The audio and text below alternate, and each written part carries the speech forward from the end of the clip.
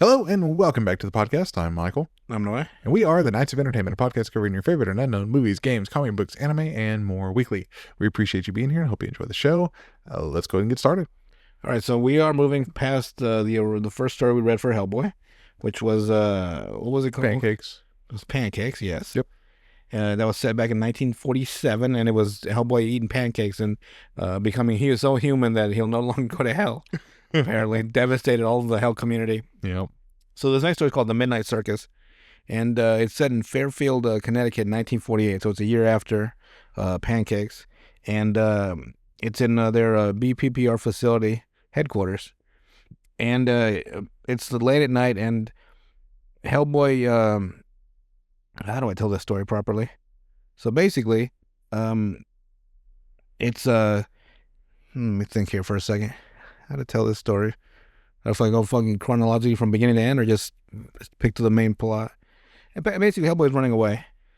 Earlier that day, he was hanging out with some of the agents that were a little older. They're older, and they're having an adult talk, and they're talking about dating women and all this and that. And one of them is going to tell a secret to this older guy about how to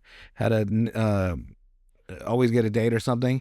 And he's like, Hellboy's all amped and listening, and because they're all talking at the cafeteria, and Hellboy's eating pancakes, lo and behold.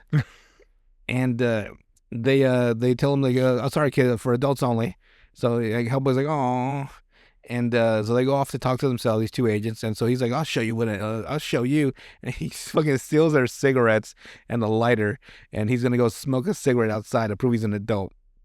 And as he's doing that, he walks by his stepfather or his adopted father's room, and he's talking to this guy named Malcolm, talking about how they need to figure out what to do with Hellboy before it's too late. And he says, like, because he said he saw some vision or something when Hellboy was born back in 45 during the ritual on that, and off the sky. I guess technically Hellboy is Scottish. He was born in Scotland. Yeah. And so he tells him, like, he tells the professor, it's not too late, and you should read these Psalms by this guy named Arnett de Fulvey. His one of his revelations, number 7. Mm-hmm. And basically, so he does, and he goes through it and says, I saw a city silent as a tomb, barren as dry bones, and the angel said, this is desolation.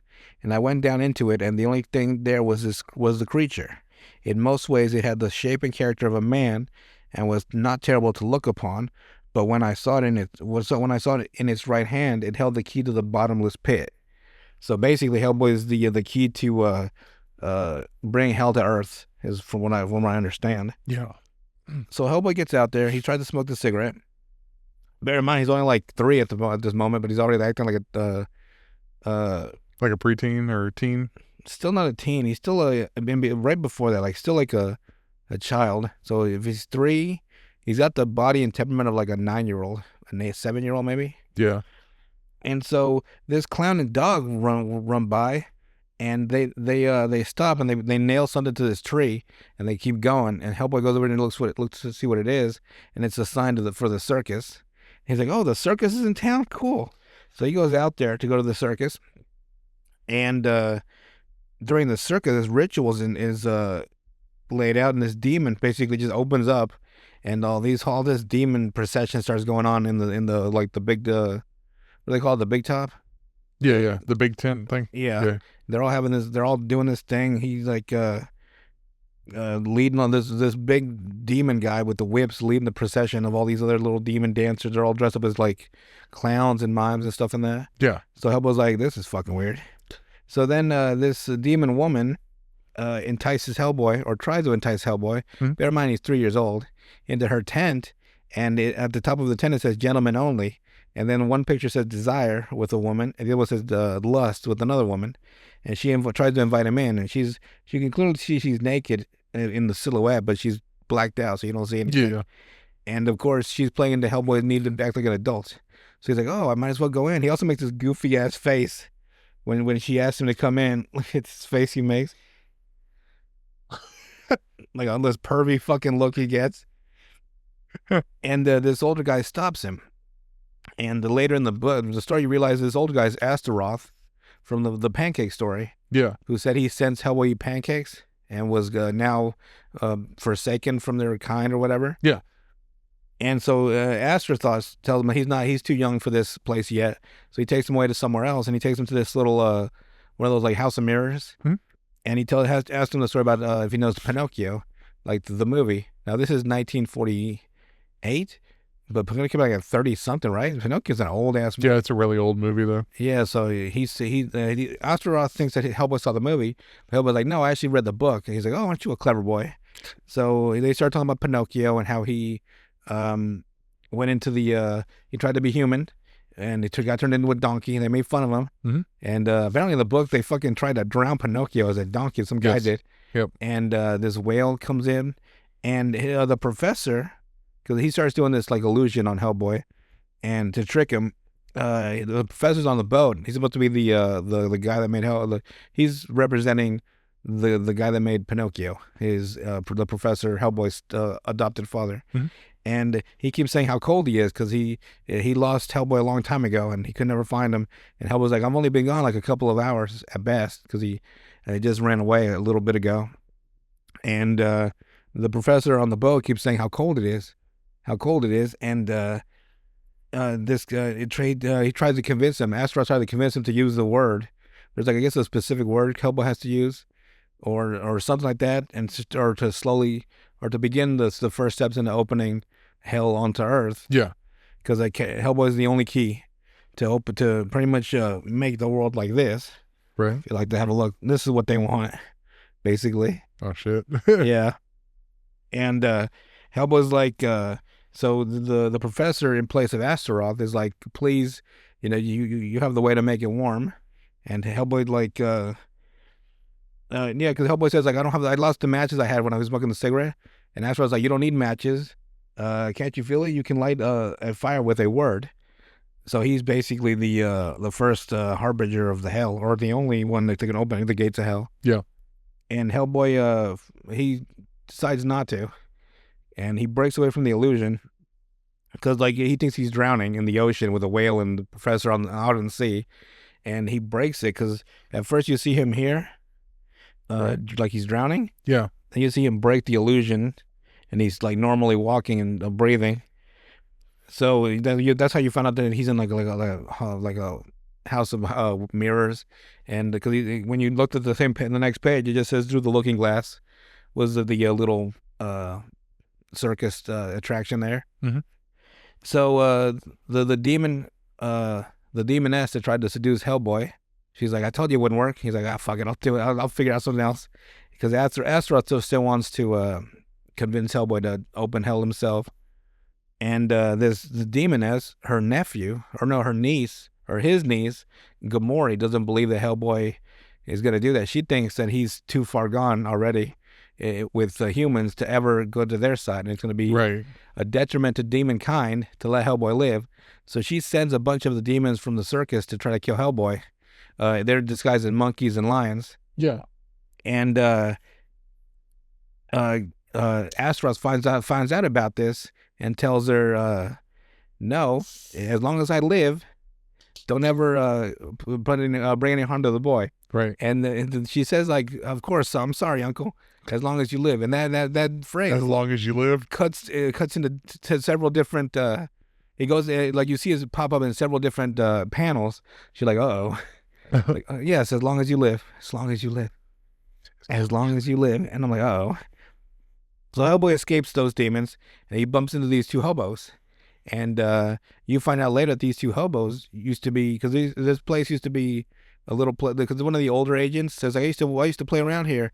There was an old story about how this was a hobo jungle, and there was a little town for hobos just outside of town, right? That they were gather at, and it was fine with the people in the town because it was just far enough away to not bother anybody, right? Except the fact that one time during one of the little like train transitions and all that, yeah, these two hobos showed up and they were child killers.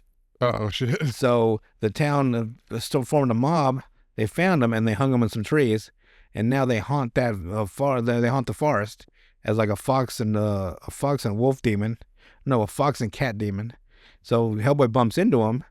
They try to kill him because he's still a kid, And but Astaroth gets there, and he has his circus demons, like his little cadre of demons, pretty much like beat the shit out of both of them, because they're like separate demons, because they're mostly ghosts actually, but they're so evil that they became demons. So his little troop finds the so basically Astaroth saves Hellboy from getting fucking hanged on a tree from these two separate demons. Because when I read it the first time, I'm like, I thought she sent those two guys. Right. When I realized that the old guy was telling a story about how the forest was haunted, Astaroth was there to try to get Hellboy, and convince him to join back there to his kind. Right. Hellboy, when Hellboy was running away, he just happened to bump into these two ghosts, and when Astaroth got there, he had his demons beat the hell out of him. Because I remember at a certain point, they get jumped by yeah, right here. They get jumped by Astaroth and his like whole troop of demons. Mm-hmm. These two, yeah, they get attacked. So they were never part of. They weren't even part of her Komori's. They would just happen to be there. They just added this to the story. Right. So they beat him up. He tells her, of course, to never lay hands on Hellboy as long as he's alive. Broomhold, I think that's his name, his adopted father. If I get his name wrong, I'm sorry. I'm still learning. He makes up with Hellboy, and Hellboy thinks that everything that happened was just a dream, and they go off. And I'm guessing that Astaroth, in his earlier stories, because these stories are set from 1947 to 61, he's like going to be the overarching semi-antagonist, because he's not really right. he wants Hellboy for his own gains, but he's not really an antagonist toward him. Right. Gamora is, because she knows he's too far gone. Like, it's time to kill him now, because once Hellboy reached maturity, that was it. There's no one else that could beat Hellboy in a fight. Like, you're never going to be able to beat him after that. It'd be like you'd have to kill Superman when he was a kid, because once he got to, it was to be difficult. Yeah, once he got too old, it'd be over. Like, just nigh invulnerable. And so she's smart enough to she's looking for a way to kill him before it's too late. Yeah, and it's only going to be when he's a kid. So that's so then after Broomhold finds Hellboy, they make up, they go home, and that's the end of that story. So it's interesting how. I don't know if Astaroth has any longer stories throughout the rest of because these are the only two stories I've read with him in it. Yeah. And Gamora I've never heard of. So we'll see later on if they added more stories. Because one great trick that Mignola does in his comic books is that he'll drop a little gem or like a little back lore that he can later go on and write a story for. It's genius. Like, you remember when we fought that Jaguar in Kyoto in 1969? You think it's like a little throw-off line, but it's not. Right. It's like if he ever wants to go back, he can write a story in 1969. It's fucking genius. Like, because you'll never like box yourself in. Right. Like, you can just add stories forever. Yeah. For Hellboy. Like, he was born in 45, and he was fighting demons until 1999 when he quit the PPRD. You can write stories for the rest of forever. God dang genius, man. Like, the main series is over. Yeah. Like, Hellboy is gone. The Earth is renewed. It's a whole different thing. But he can just go back to he can do and as long as it doesn't affect the ending of everything, then you're good. Like, he can go from 1973 and do 8 issues of that. I'm like, remember when we went to San Luis, or what was a good place to go, Missouri, and fought the he went to just some random, he had, I don't know, I'm going ahead of myself. But I'm going to start writing down any little stuff that he drops in other series, and then see if I find it later on in something he wrote. Which is a huge possibility. Yeah, oh, there's that story there. And he wrote, he dropped that line in 2001. He wrote a story in 2023. Yeah. You know what I mean? It's just a good way. It's a perfect story engine. It never runs out of story ideas. Smart, though. Because you have a whole fucking almost 50 years from 99 to 45 to just write whatever. Or is it 55 years? Yeah, 54 years. Yeah. Because it was from when? Hellboy was born in 1945. That's 1945 to 1999? That's when he retired from the BPRD. Right. And now they're doing stories where it's Hellboy and the BPRD. So it's all the stories between 45 and 99. So it'd be basically 49 years. Man, so you have 49 years of story to just keep going through. Damn. That's cool, though. Yeah. And it never affects, because he always had the end in mind. So these are just little like extra flavors to his history. Yeah, So it's fucking perfect. that's cool. Huh? You got a huge section that you can use at least in time. For years. He can make Hellboy till he retires, or God forbid he dies. I mean, it happens. It'll happen eventually, but hopefully not anytime soon. Yeah. But and maybe he'll leave like a journal of stuff, like, because I'm sure Hellboy will keep going if he wanted to after his death. Yeah. Who would want to be like, oh yeah, no more Batman after I die? If Stanley was like, no more Spider-Man when I like, no, Stan Lee. God forbid if you're like Harrison Ford's like, no more Indiana Jones, and like fucking 87 Indiana Jones. No, then they just start using CGI. Like, how dare you? They start de-aging him. They just use a different person and just put his likeness over him. Same thing goes for Mark Hamill.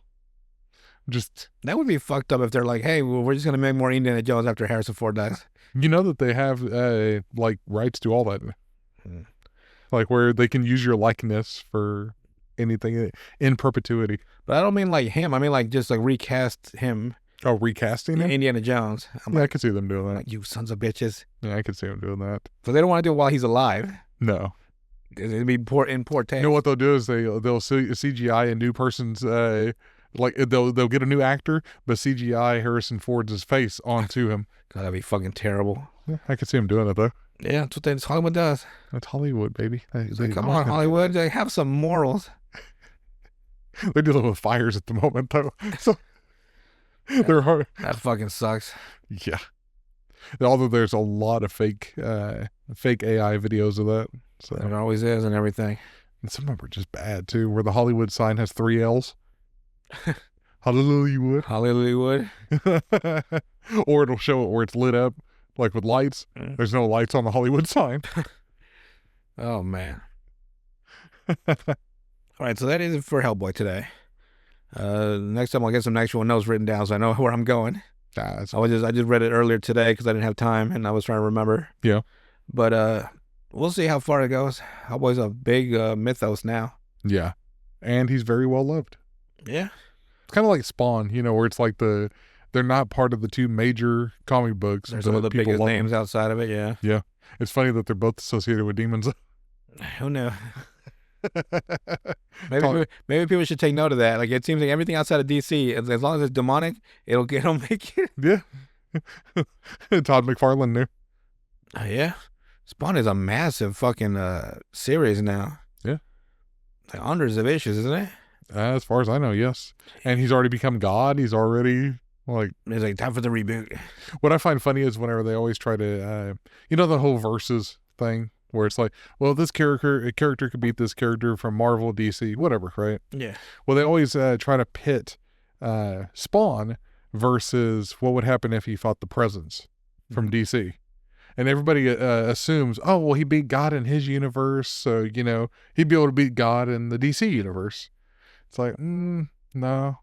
I've seen a lot of arguments that say, well, the God of the Spawn universe wasn't really all that strong. Like, he was kind of weak. DC has so many overpowered characters, it'd be hard for like a Spawn type character to leave his universe and actually win in a DC style universe. Because DC characters are just overpowered for no reason. Like you have the Spectre, automatically. You have Dr. Fate. Like characters that would just be able to win like the mystic battles easily. Phantom Stranger, as long as he isn't a mouse. For a while. He was a mouse for a while. Yeah, he was a mouse for quite a while. All right. Like, where the fuck's my cheese at? Yeah. And he's getting carried around by Detective Chimp. That would be a great here we go. My brain never stops. Say that happens to him, right? Huh? So say they do a Detective Chimp comic book, and the first case is to help defend a stranger with something, and something happens and he gets turned back into a mouse, like Spectre did to him. Yeah. And he's like, crap. And so now he carries him in his pocket, right? For like most of the series, most of the Detective Chimp series.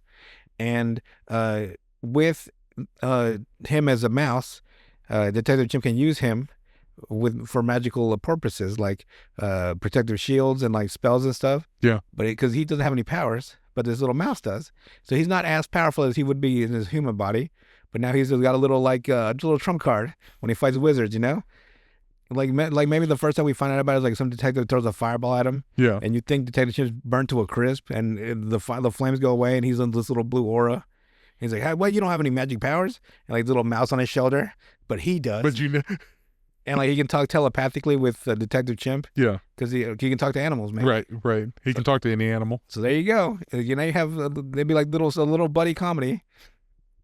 That would actually be a good idea. You're welcome, DC. As always, I'm amazing. Yeah, but they'll never use it. If I ever actually get the fucking discipline to keep actually write, I'd be fucking lethal.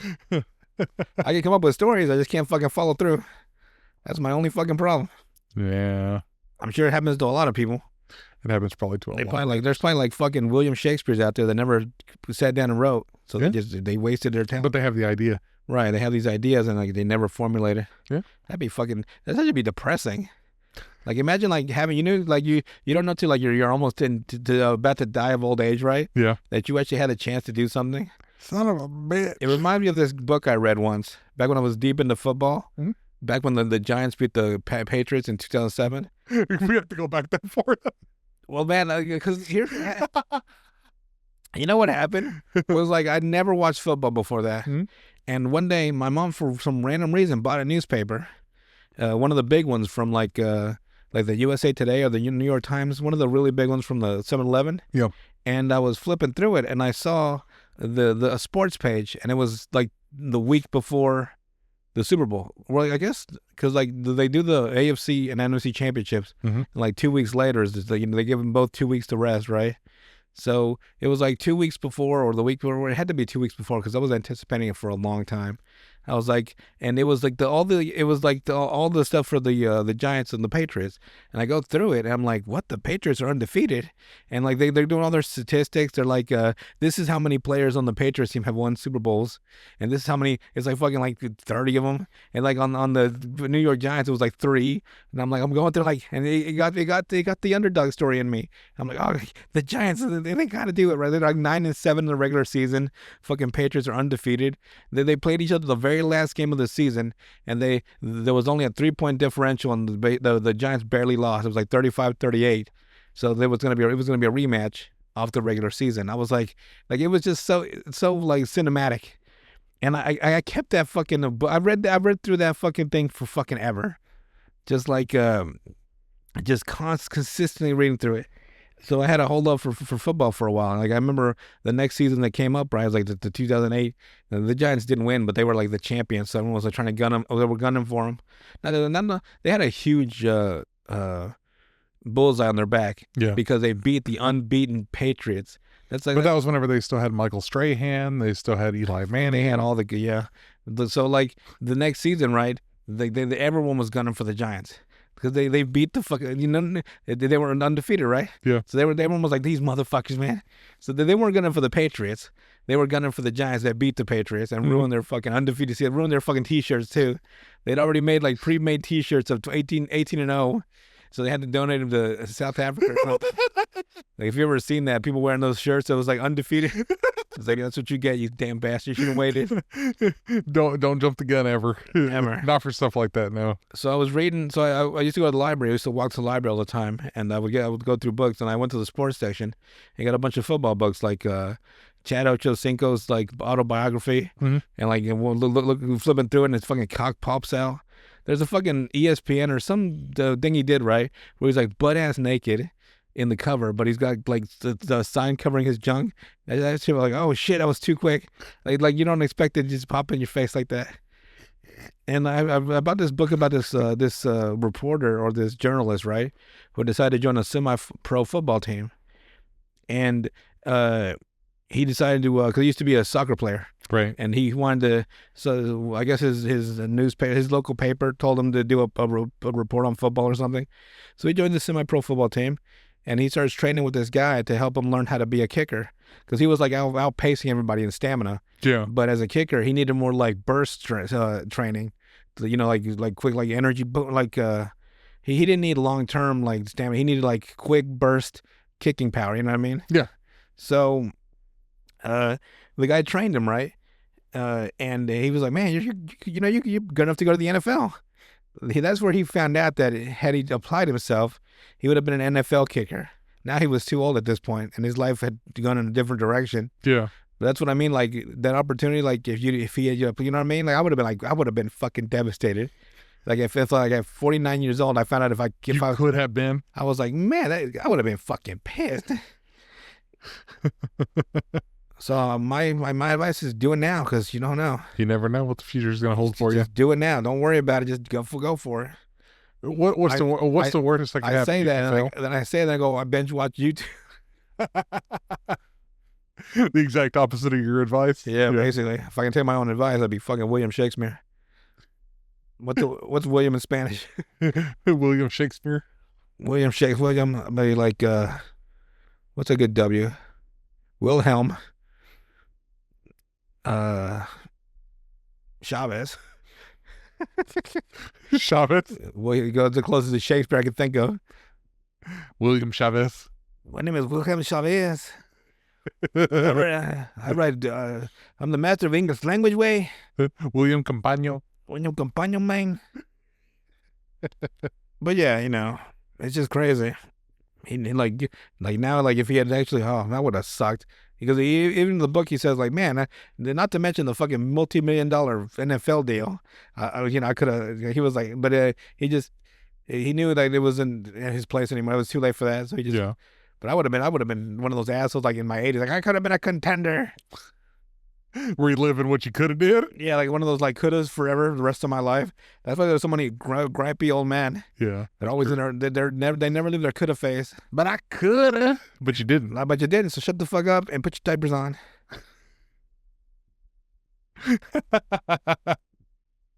That's why there's so many old angry men. Get those depends. They lived in the coulda forever. Very true though. Very, very true. Well, enough deep philosophical stuff. What else we got? All right. Well, continuing on from our last week, The Killing Joke, in our One Bad Day series, we're doing Batman One Bad Day, The Riddler. My favorite character villain. The Riddler. You're like, not the Joker. So it's a little more psychological I love it. than The Killing Joke. So we start off this story with a guy named John. Right? So John's on the phone with his wife because his daughter wants to but doesn't want to go to soccer practice.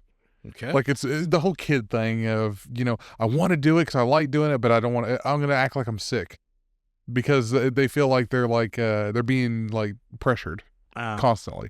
So the kid likes soccer but doesn't like soccer. It's like a contradiction, you know what I mean? Yeah. But it's the whole thing like kids that want like ballet practice and stuff where they want to go, but then there's a reason they'll come up with to not go. You know what I mean? I don't know. It's not like self-sabotage? Kind of, yeah. A little bit. So he's like, he's saying like, she's grown up in Gotham. We're here to raise her and the boys here for a reason. She has to be a little bit tough, Yeah. Yeah. No place to get tougher than Gotham. Right. They fucking throw fucking smoke bombs of gas, laughing gas at you. So basically, he's saying, look, I'm getting off of work and stuff like this, and I'll be home, and I'll give her until then to decide what she wants to do. Right. Because she's acting sick at the moment because she doesn't want to go. Oh, I know. Now I know what you mean. Because Stephen King, his son wanted to play the instrument, a specific instrument, right? Mm-hmm. But he only played it in the intervals that he was like scheduled to play from his teacher. Mm-hmm. And Stephen King realized he doesn't really want to play this. Like he wants to, but he doesn't. Right. Like because he only plays it when he's scheduled to, never like on his own time. Right. Never like wanting to do it further than what is scheduled. Yes. That's when he knew his son didn't really want to. Mm-hmm. But he still did. He thought he wanted to. Right. Maybe that's okay. Maybe that's what he means. So it's like just a little bit of a contradictory. Like, do I like soccer or not? Huh? Right. Right. So you got this guy. He's like, look, I'll order a car and I'll skip the train. He won't take public transport. Get home a little bit faster. I really think that she wants to go. It's the nerves. Like she's too scared to go just full out. I know that feeling. So he's like, I'm in the elevator. I'm going to call the car. I'm getting in the elevator. The elevator's going to cut out, so you're not going to be able to hear me. Okay. So there's another elevator's a little titanium line. What? No, most of them cell service doesn't work. Really? I didn't know that. Yeah. No wonder That's people. why they have the call button. No wonder if people fucking panic in the elevator. So then there's another dude that gets on the elevator with him. He's like, how's it going? How's your daughter? He's like, soccer, which she hates, but sometimes she loves, type thing. And he's like, oh, I still remember at the picnic, when she's jumping in the mud and stuff when she's littler and everything. It's like, oh yeah. So he's texting the wife, hey, you remember so and so? They were talking about our daughter. Remember that?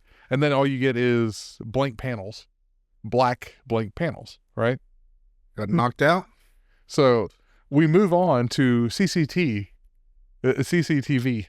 footage Look at that. That's cool. of. I'm gonna need to read that before you leave.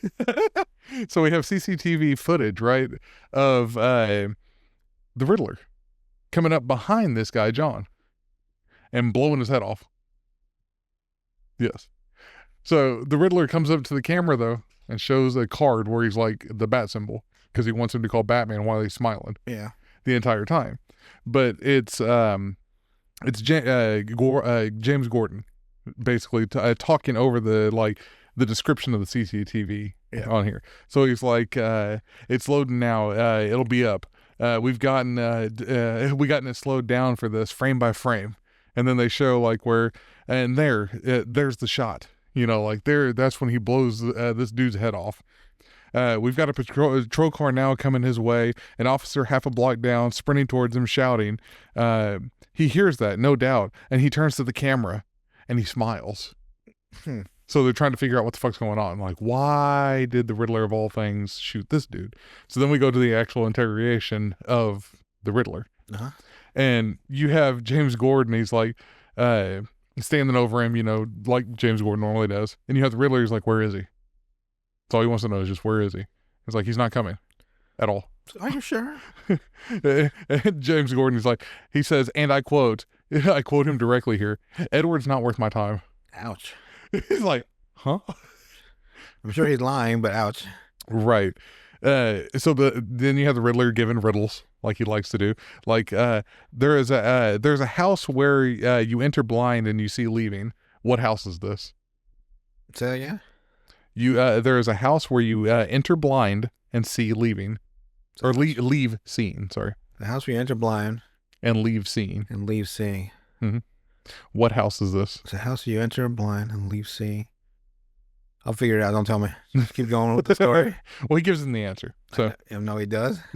So he's like, you popped him in broad daylight. Well, what the fuck is going on? Like, why did you do this? That's his whole thing. Yeah. And just random nobody. Yeah, it was just a random nobody. Like, nobody knows why he did it, right? So he's it's still going on. It's like, you don't like that riddle, Gordon? Because he gives him the answer to that previous one. He's like, how'd the Joker like it whenever, or how'd you like the Joker knowing where you lived and everything like that with Barbara Gordon? Oh, so they are playing off of that. Yes. He's the one that gave him all the information. That motherfucker. Yeah. He gives the whole conversation he had with him too, like the line by lines of what the Joker said to him and what he said back. Damn. Wouldn't that be like private knowledge? I don't think the Joker would record it. No, he didn't record it, but he gives a play-by-play. The Riddler does. How does he know what they said to each other? No, that's what the Riddler is telling James Gordon. What happened? What him and Joker talked about. Oh, almost. I thought he was doing the play-by-play of like he was riding through the fucking roller coaster. No. He was telling him about the conversation that he had with the Joker. Yeah. That'd be a fucking freaky ass conversation between two psychos. Yeah, so it's like the conversation went, "Hey Eddie, how's tricks? I want to do the whole one bad day thing, but I've got no idea where to start." And of course, that's the Joker. Yeah. And he's like, "Well, Jack, how about the commissioner's daughter? I have the whole thing staked out, but it was so easy I got bored with it. I'll give you it for a song." And then that would be perfect, Eddie. And tell you what, I'll even throw in a dance for free. Ha ha ha ha ha. And then he click. Like that's how fucking kill each other. So of course you got James Gordon where he starts strangling the shit out of the Riddler. And he's like, but you ain't gonna do it. Riddler knows that he isn't gonna do it. Yeah. So he's still saying, you came in blind and you leave seeing. What house is this? Came in blind, you leave seeing. Yep. Came in blind. And I can't go on, otherwise it'll answer the question. So, Leave seeing. yeah. Came in blind. I'm blind. Now I can see. Mhm. I was blind. Now I can see. Tell me the riddle again, the whole riddle. Name a house that you walk into blind and you leave seeing. Walk into blind and leave seeing. Mm-hmm. Walk into blind. A house. It's not a church. It's not a courtroom. No. Come in blind, leave seeing. Yes. Prison? It doesn't make any sense, I know. Well, Come in blind, leave seeing. I know when you tell them, I'll be like, oh yeah. schoolhouse. And that makes no fucking sense. Well, it does to Riddler. I know. That dumb. That makes absolutely no. You don't go in blind in fucking school. Like what? And then you don't. You come in Metaphorically blind. Yeah. That motherfucker. And then you leave seeing. The riddles. They do realize that riddles have to give the It's answer. the Riddler. Give the answer within the riddle. Well, it's a schoolhouse. It's a house that you enter. Yeah, but it doesn't make any. It does to Riddler. I blame the writer on that one. Yeah. Every riddle has to have the answer within itself. That's how riddles work. So then we shift over to another scene in a not college, but a prestigious high school, like where you have to have like the extremely good grades stuff to get into, right? Schools. Kind of, yeah. So we have a kid talking to his dad about the grades that he just got. He didn't get a perfect score, right? So he's like, "I did, sir. I did. I knew the whole book. I memorized it." Why'd you get a fucking B, you little jackass? What is it? Is the dad Trigon? Well, he's also the headmaster. Oh, His dad. So he's like, "Headmaster, a 92 is still an A. You see, you can ask Professor Yellen. he's like an A minus. It was the third highest score in the class. It's just he added a stupid riddle for the last points, and that's just guessing. It doesn't have anything to prepare for." So this teacher adds a riddle at the end of every test, and those are actual points on the test.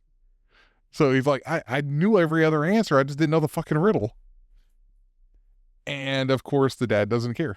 So he starts beating him with a book, like a literal book. This will teach you to read. So the next scene that we get is we have Bruce Wayne at the funeral for that guy that got shot and got his head blown off. And you got that dude's wife. She's like, "Bruce Wayne? Like, what the fuck are you doing here?" So I'm assuming that he probably worked for some Wayne Industries thing, since Bruce has God knows how many different The wife ventures. looks at the daughter like, I'm about to get you a new daddy. Well, she tries, kind of. Oh, you 'Cause she hard bitch. She lays her head on his shoulder because she's crying. Yeah, but is she crying? Something's wet, but No, fucked up. no, I think it's more of like she just doesn't know what to do because she doesn't want to go to the funeral reception.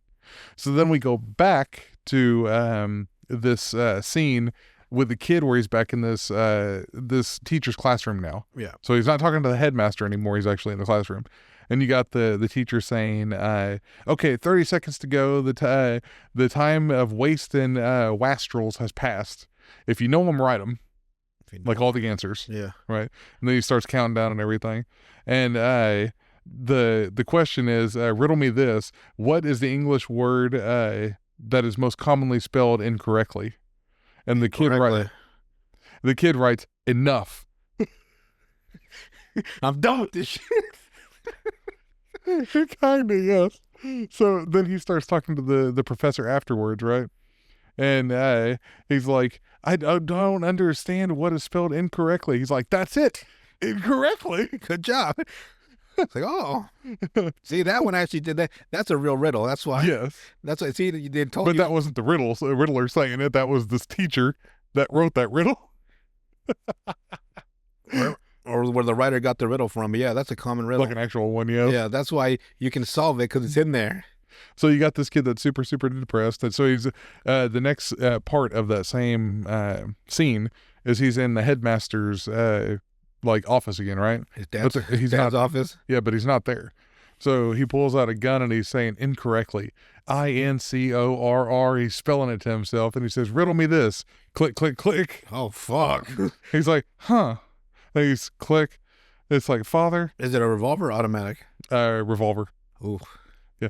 click, click, click, click, click. That's all you get. I wonder if he had put a bullet in it. So then he leans over the desk. He's like, Father, I'm here, ready. I was wrong. It wasn't enough, because he's expecting to get beat with a book again. Yeah. So the next scene we have is unintelligible speaking underwater, basically, with a shark and stuff headed towards this guy, right? Yeesh.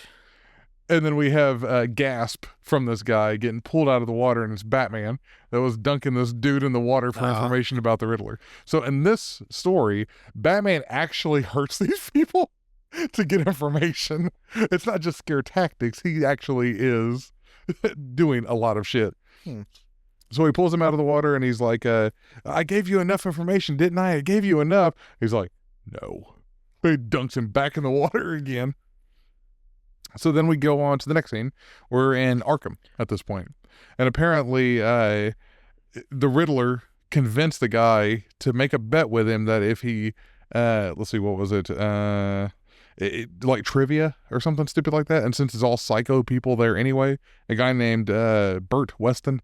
Mm-hmm. I'm not sure if that rings a bell for you at all. It didn't for me. So Burt Weston. Yeah. But this is like maybe some like one of the creators of the comic book. Could be. Put their name in there or something. Very well could be. But apparently he made a bet with him on knowing, I just didn't think that you could actually name every actress in the chorus of Gold Diggers of 1933. Jeez. And the Riddler could, basically. Yeah. So he's like, well, I guess, I mean, a bet's a bet. And he slices his own neck open. Jesus Christ. So that's Arkham, all right. Yeah, very much so. So the fuck did you get a knife from? I just realized. Somehow they got it in Arkham. It's like is it an actual knife? Yes. Or is it one of those makeshift, like a fucking razor on a toothpick? No, it's a razor on a fucking pen or some shit.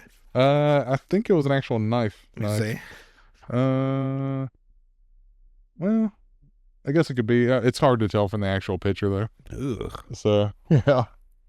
A little bit hard to tell. Looks like maybe could be a shiv, but kind of hard to tell. That looks like a knife, all right. Yeah. Really, looks like a really small one. That's why I said it could be something that was put together. Yeah, looks like the handle does. Yeah. So the next scene that we get after that is Bruce in the Batmobile with you have Gordon talking to him over the like communicator or whatever Batman's using. Yeah. And you have the scenes of like Batman stopping crimes as he goes. Like he's using those bola things from the car to stop somebody from getting raped and stuff like that. Jesus Christ. Just on the road. You think that's one of those like step out and personal crimes, not a fucking deal with it from a car crime. It's like, there, bitch, how about that? Like you weren't raping nobody, and he fucking breaks the guy's back. Right.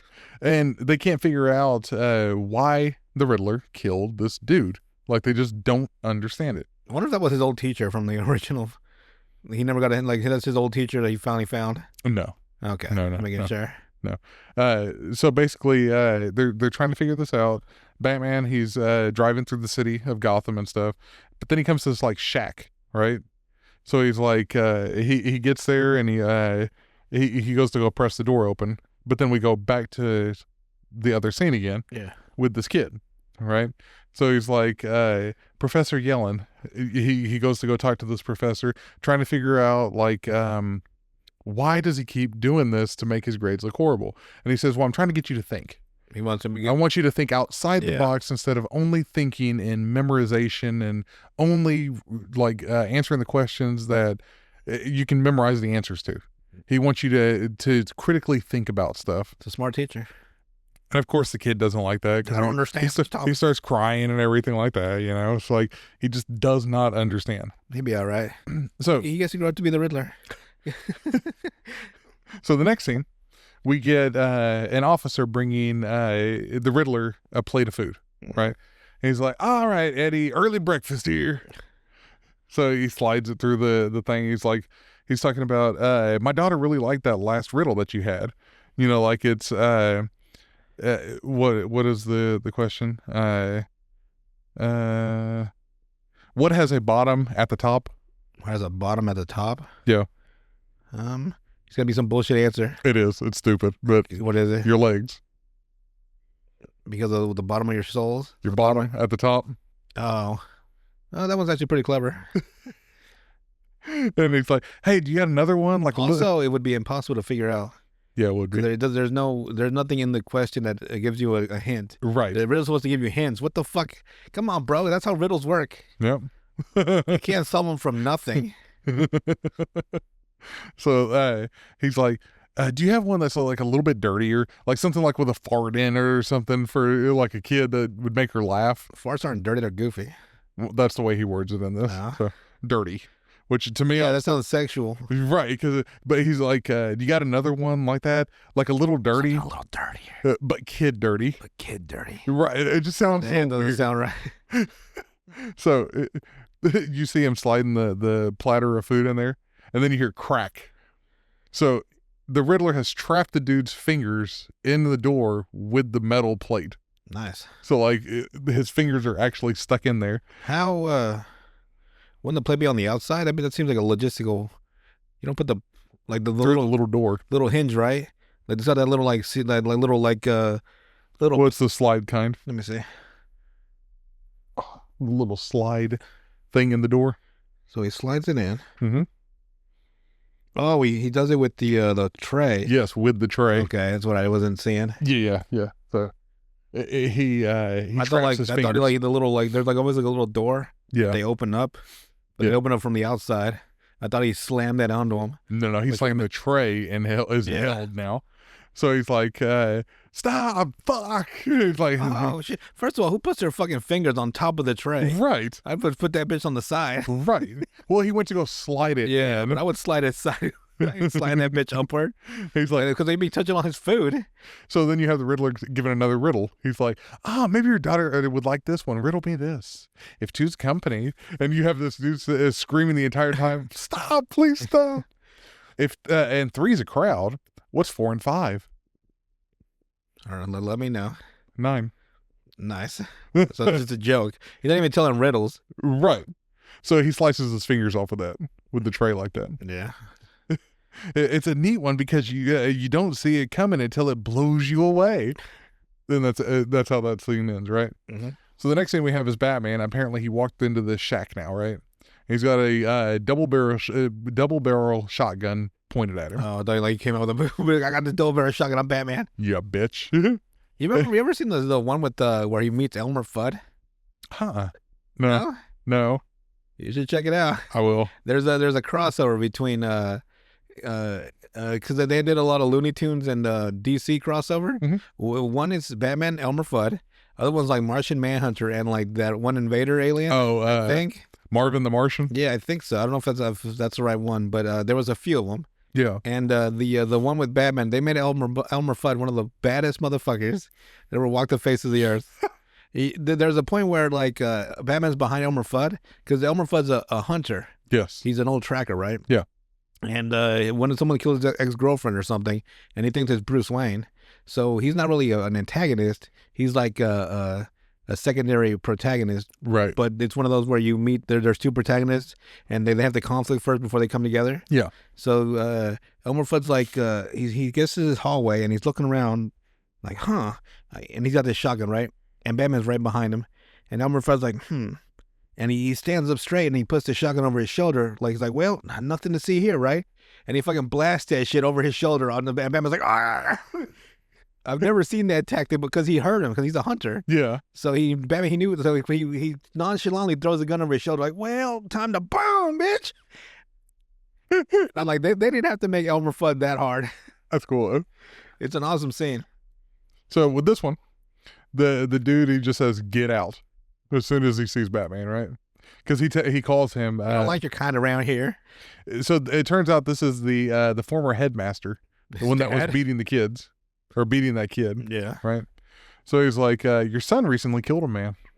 Did he? Because the kid was the Riddler, obviously. Yeah. Like even though he hated the teacher that made riddles. So he says, your son recently killed a man.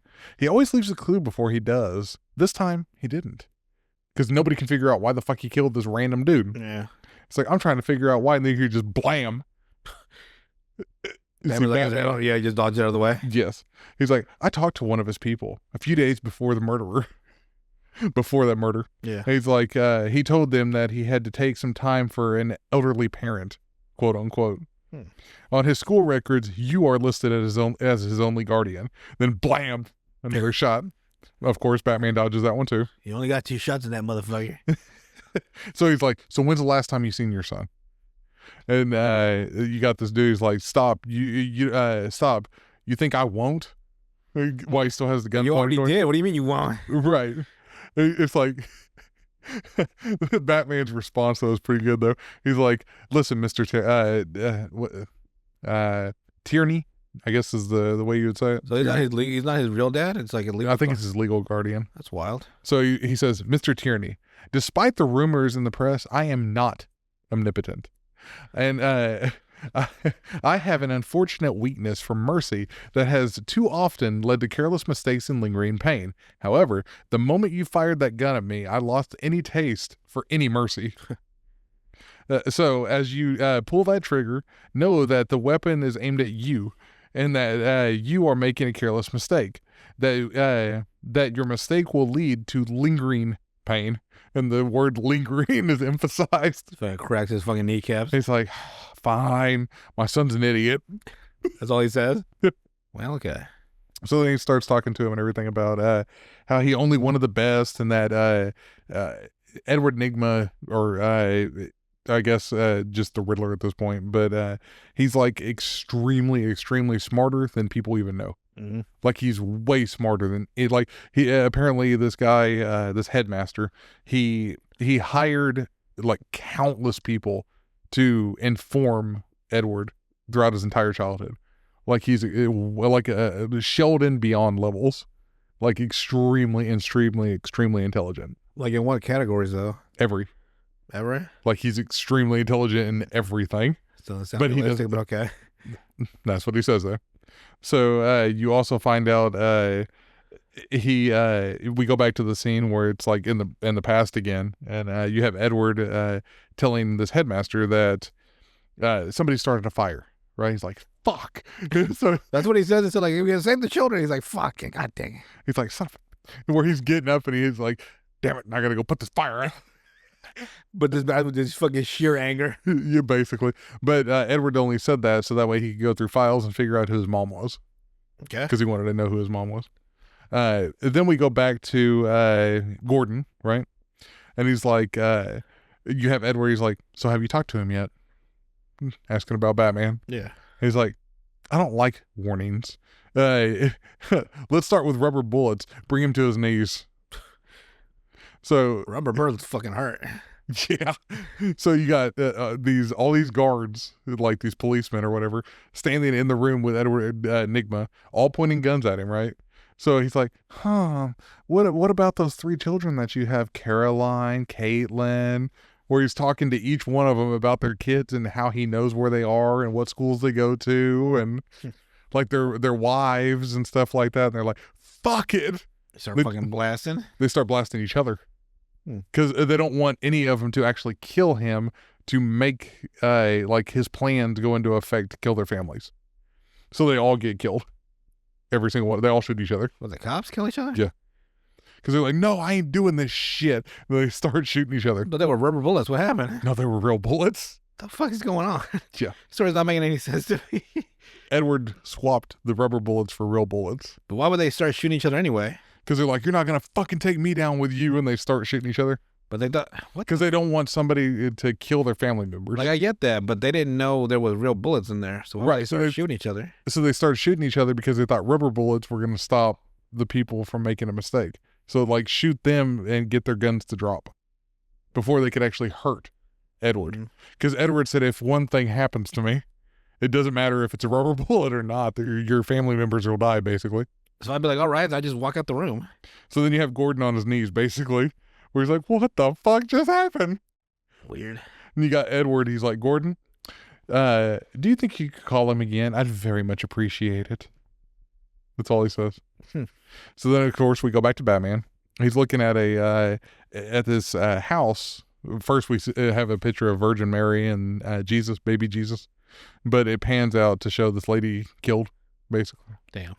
Yeah. Batman's like, I finally crossed the line. Son of a bitch. I killed them all. Fuck. Imagine if Batman jokes like he kills somebody, he's like, oh fuck, man. He's like he turns into one of the dumbest criminals trying to hide the body. Fuck. He's like, I gotta bury this fucking body. Oh shit. So we get the monologue, I guess is what it would be, like the quoted story of what it was said between Batman and the neighbor that lived beside this lady, right? Yeah. So it turns out this was Edward Nygma's mom that's dead now. Well, damn. Yeah.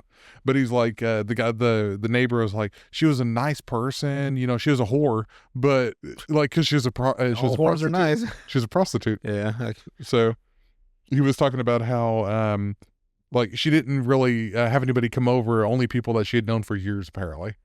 So they were trying to figure out he's like, whoever killed this lady Batman, bring him to justice. Of course, we know it was the Riddler that did it. So we go back to the police house again. So the police station, we have James Gordon standing on top of the building with the bat symbol and everything, the spotlight up. Yeah. And he's like, sorry to hear she's dead.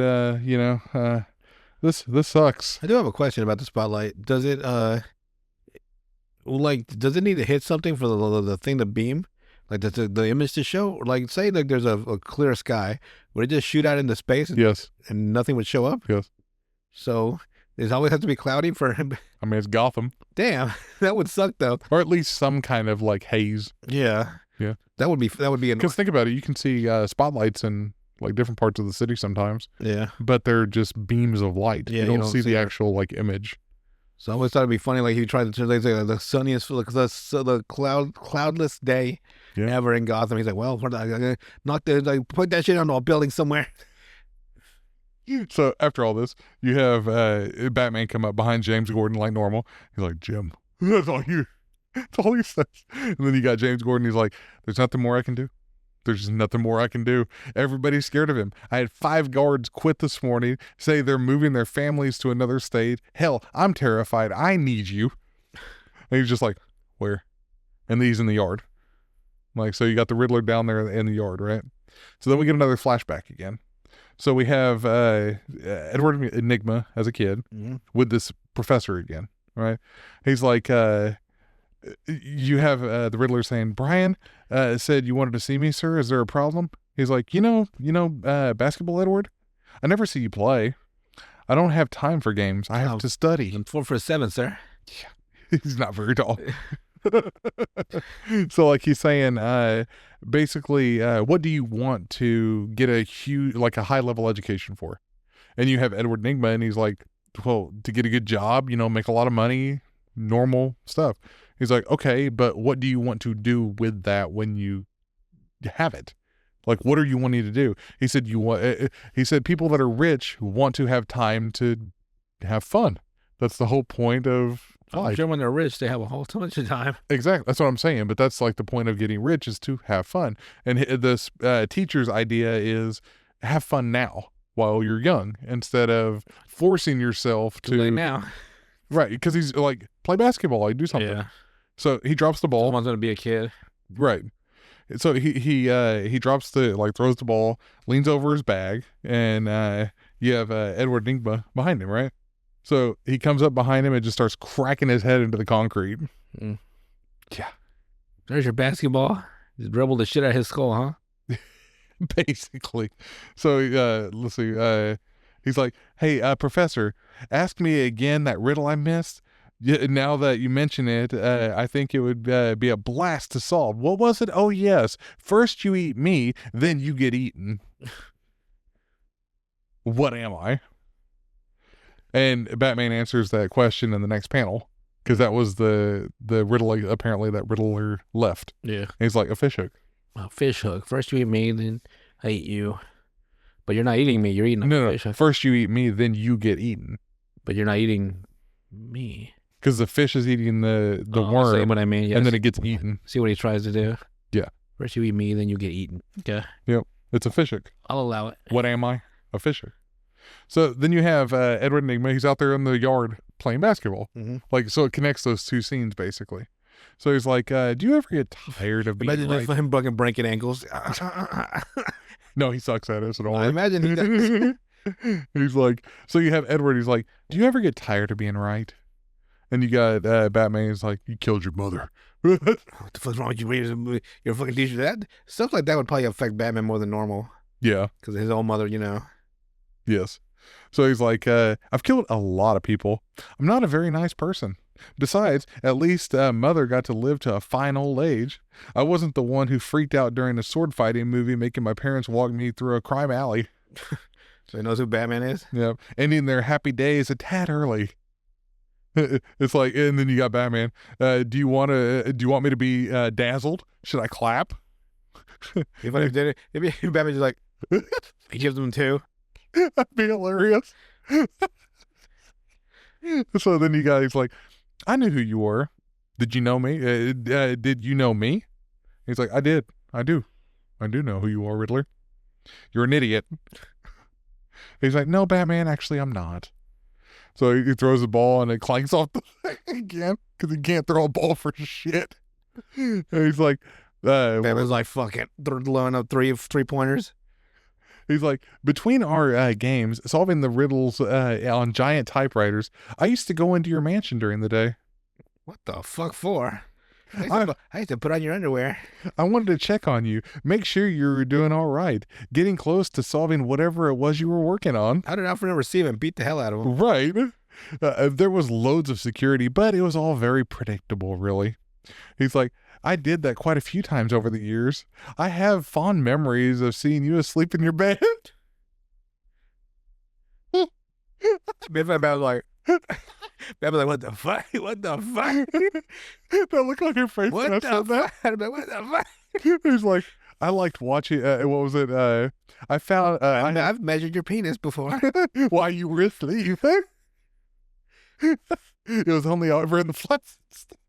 Hard as a rock this morning, Wood. I used to go down to the camp and put your suits on. They're real bulky, so I didn't really fit in them very well.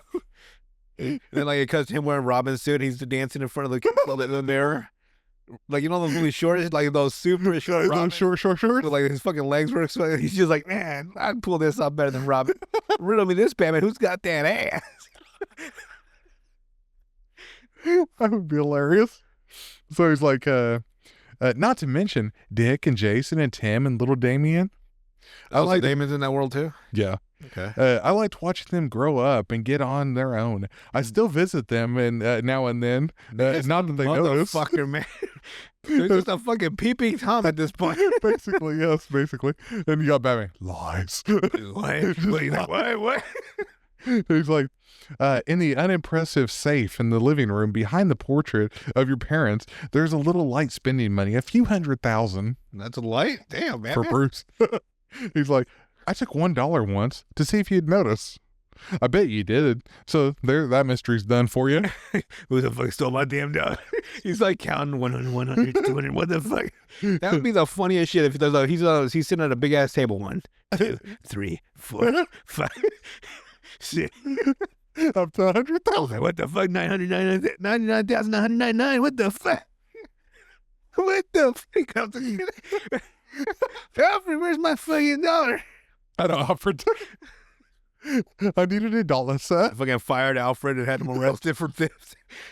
That's why he's not there. That's not why he's not protecting him? Yeah, he fucking fired him.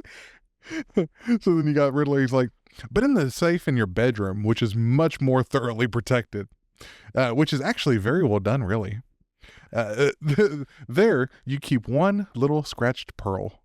Your poor mother's, I presume. Do you want me to hit you? Is that what you want, you son of a bitch? He's like, no, I don't like it when you hit me. It hurts. No kidding. In fact, from now on, anytime you touch me for whatever reason, whenever I get free, and I will, I'm going to kill Robin. Maybe not one of the boys, maybe Stephanie or Cassandra, but somebody. So he's basically threatening him at this point. Breaks his neck at this point. Well, right. So basically the whole point of this this meeting in the courtyard is that he's basically saying he's not holding back no more. Like the Riddler isn't playing games no more. He's just going to kill people. Okay. Like he's tired of limiting himself, as he calls it, or with one hand tied behind his back, of like giving riddles and stuff like that to make it easy for Batman. He's just going to kill people. If you fuck with him, you will die. And you have he's like one final time you got to the end of the labyrinth, and there's your answer, Batman. Any other questions? And you watch him wave to Batman and walk away. He's like, goodbye, Bruce. I'll see you around. Just please remember, will you? Riddles are fun, but I am not.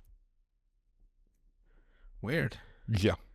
So then you start having different things show up where you have more police quitting because they're like, fuck this shit. If Riddler can do whatever he wants and kill whoever he wants, and Batman's not going to do anything about it, we're the fuck out of here. We're done with this shit. So you get like a picture of Gordon talking to Barbara and stuff like that, saying be careful and don't tempt Nigma. Don't go after him for anything. You also get a thing where Bruce goes and talks to that dude's wife that was killed. Yeah. Saying like, I'm sorry that the police aren't keeping you informed on Edward Nigma. Like they won't give him they won't give her any kind of information. So he does. Yeah. Like this is why nobody's going after him. It's because he's threatening them. They just said, "Oh, we hit a dead end." It's like, oh, fuck it. She's like, I didn't want to hear that, but at least I know. Like, it's just closure for that. So then we go and have a scene where it's got, you basically have Riddler standing in a window, right? And then we go pan over to a shot with Batman with the spotlight behind him. So we assume that he's talking to James Gordon.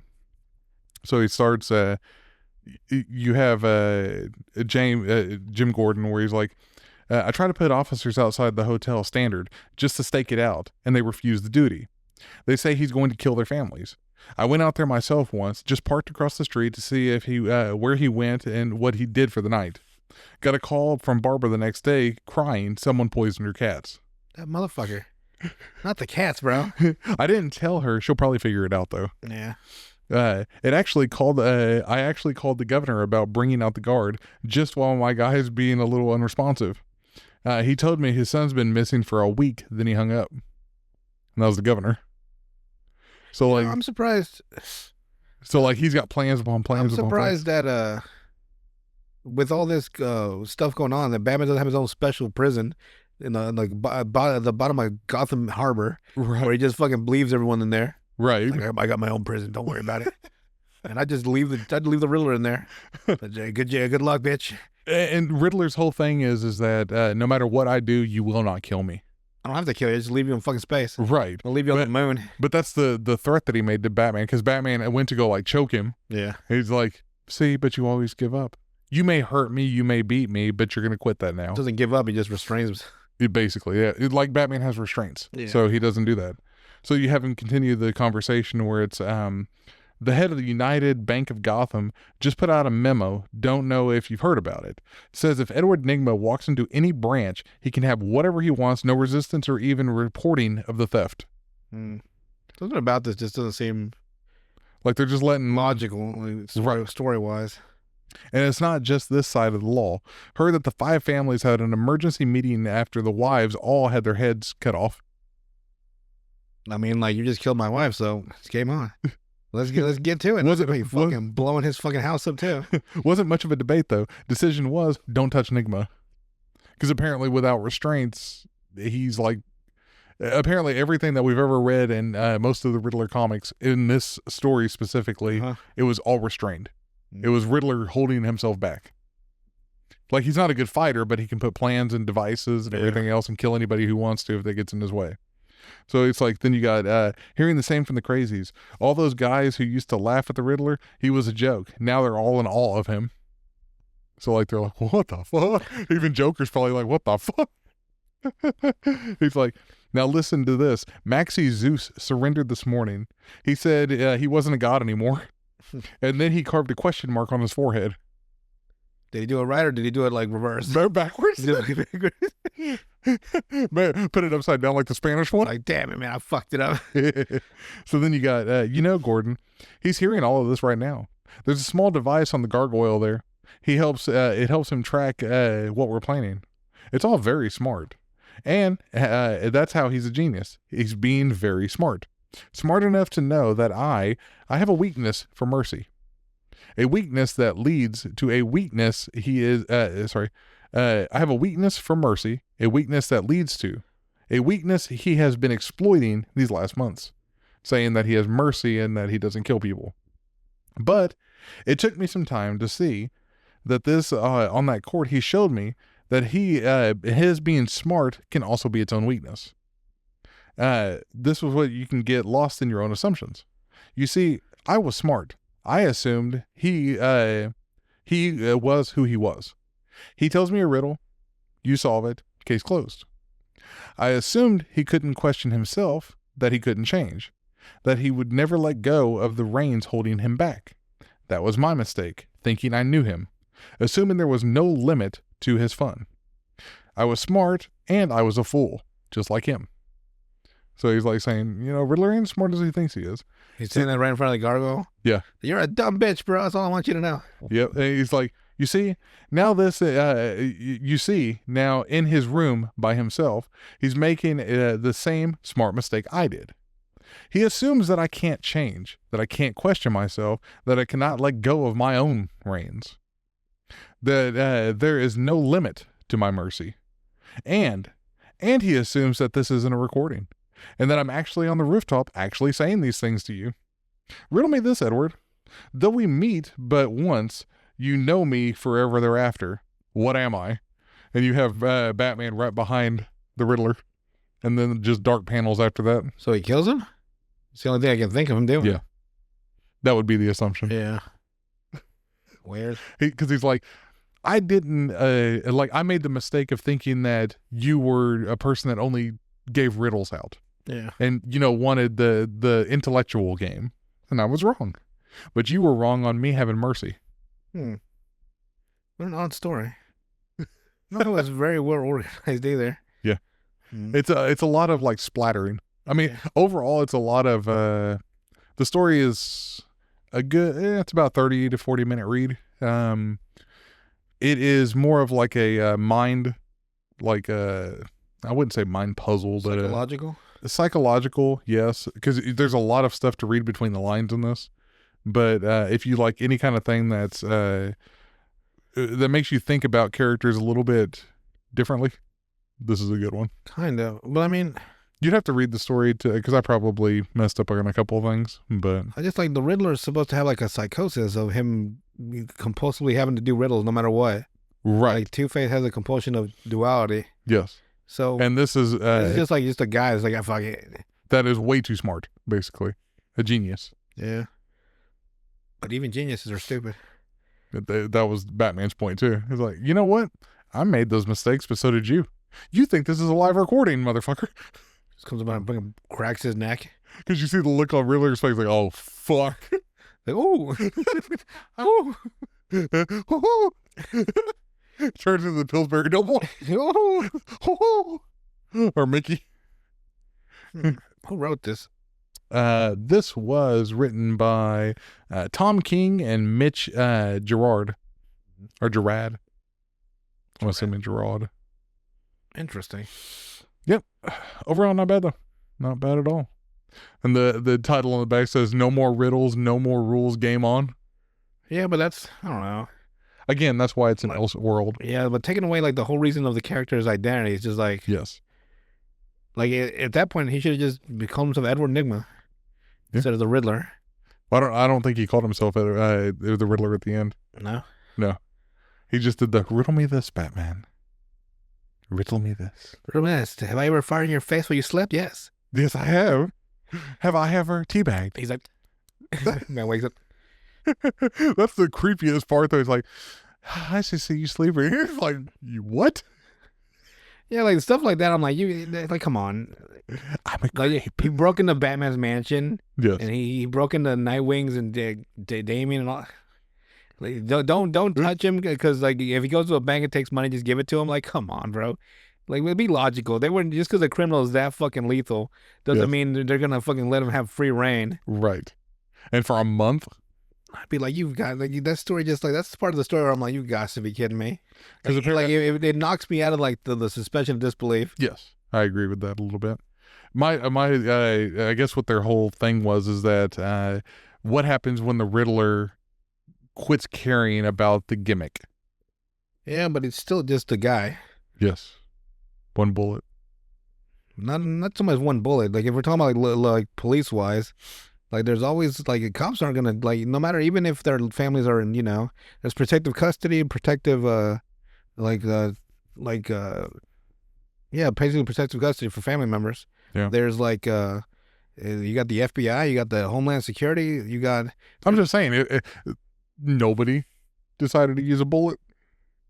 Well, no, because you said to follow the law. Like, No, not the cops. I'm saying nobody. no person. Yes, I don't know. In their world now, apparently. because apparently Black Mask also tried to negotiate with him in this and died. And that's another thing. Like, so he chopped off the heads of 5 Of the families, the 5 families. So he did the thing that he said, if you bother me, I would do. So don't bother me. He did the thing to him. Yeah. So why the fuck wouldn't they be gunning for him?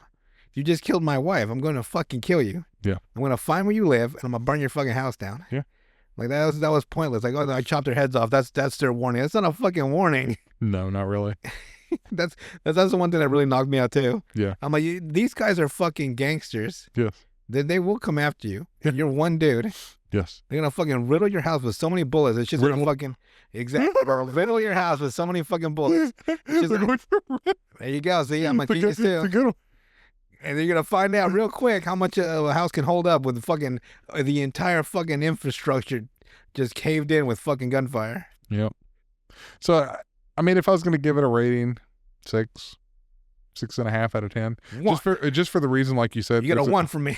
There's a few things that like there's certain panels and stuff that are really cool where it's like psychological type things, but there are certain points that just kind of like, really, come on now, really. Yeah. But that is again why it's an Elseworld. It's not main storyline. This is them just having as much fun as they want to with it. Yeah. And even with like a lot of fun, you got to find the level of like believability. And now you got to tell these people that they don't listen. They don't want to listen to me. Well, what credits do I have writing wise?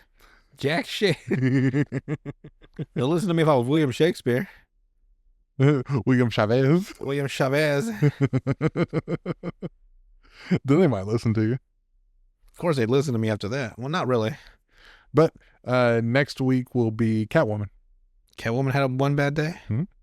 I hope it doesn't involve rape. It better not. It probably. Like I said, I haven't read it yet, but it's Catwoman. Like, and if it's a woman, it's always gonna be that one thing. Like, come on. Exactly.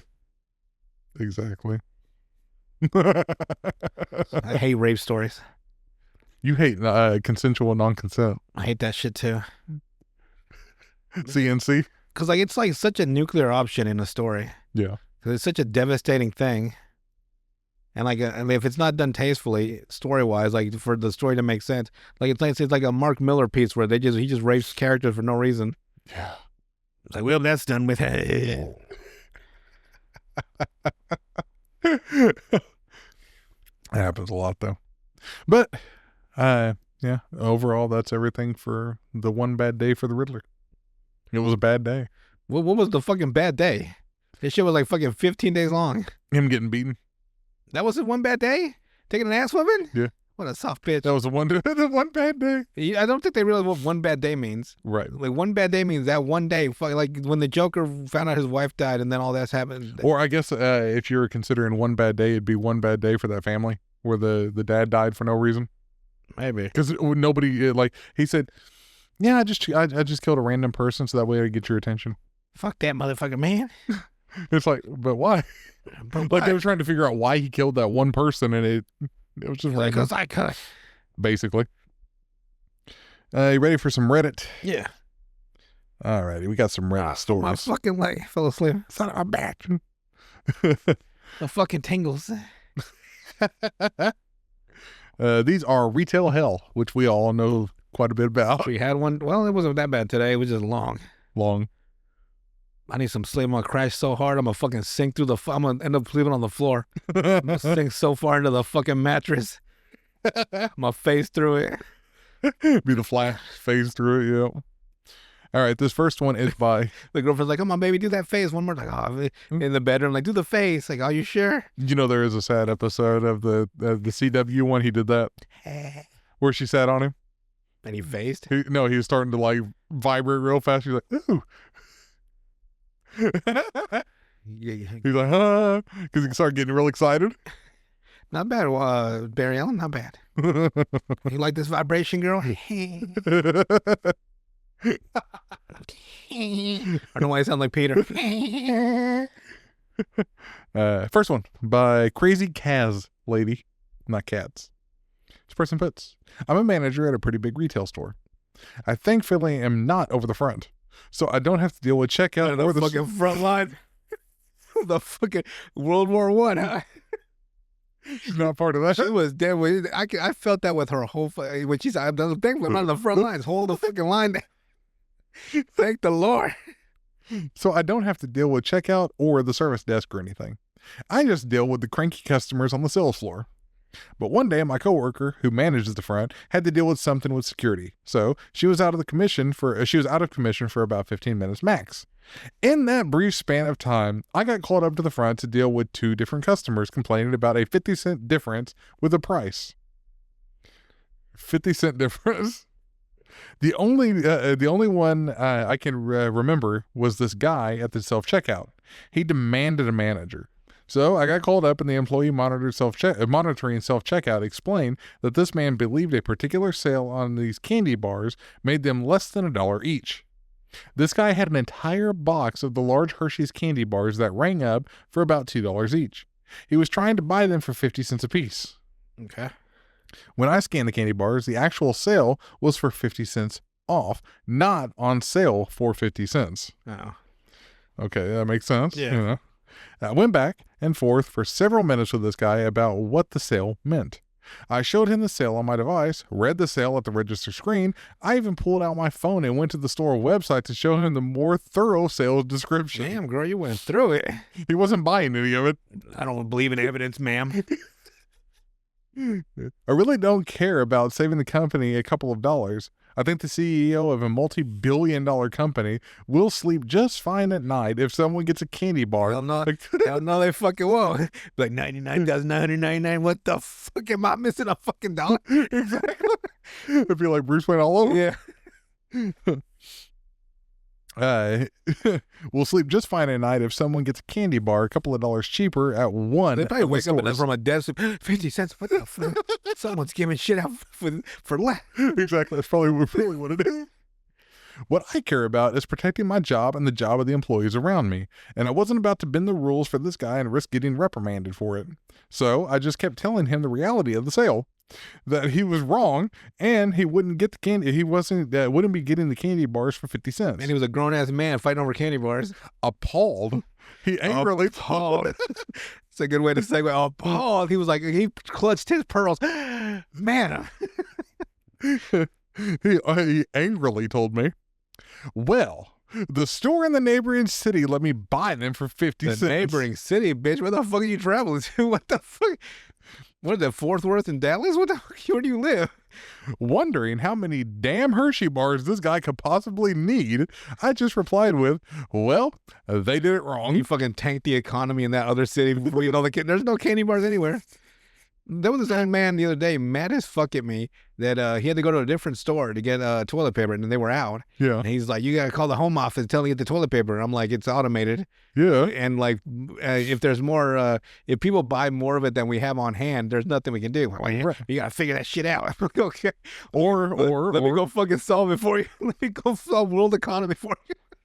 Or you as an adult could figure that shit out. Yeah, I'm like, bro, like if we have like, remember when the during COVID there was, oh god, yeah, there's nothing. What do you want us to? We can't make toilet paper out of thin air. Right. He was like livid. I'm like, all right, have a good day, you fucking psycho.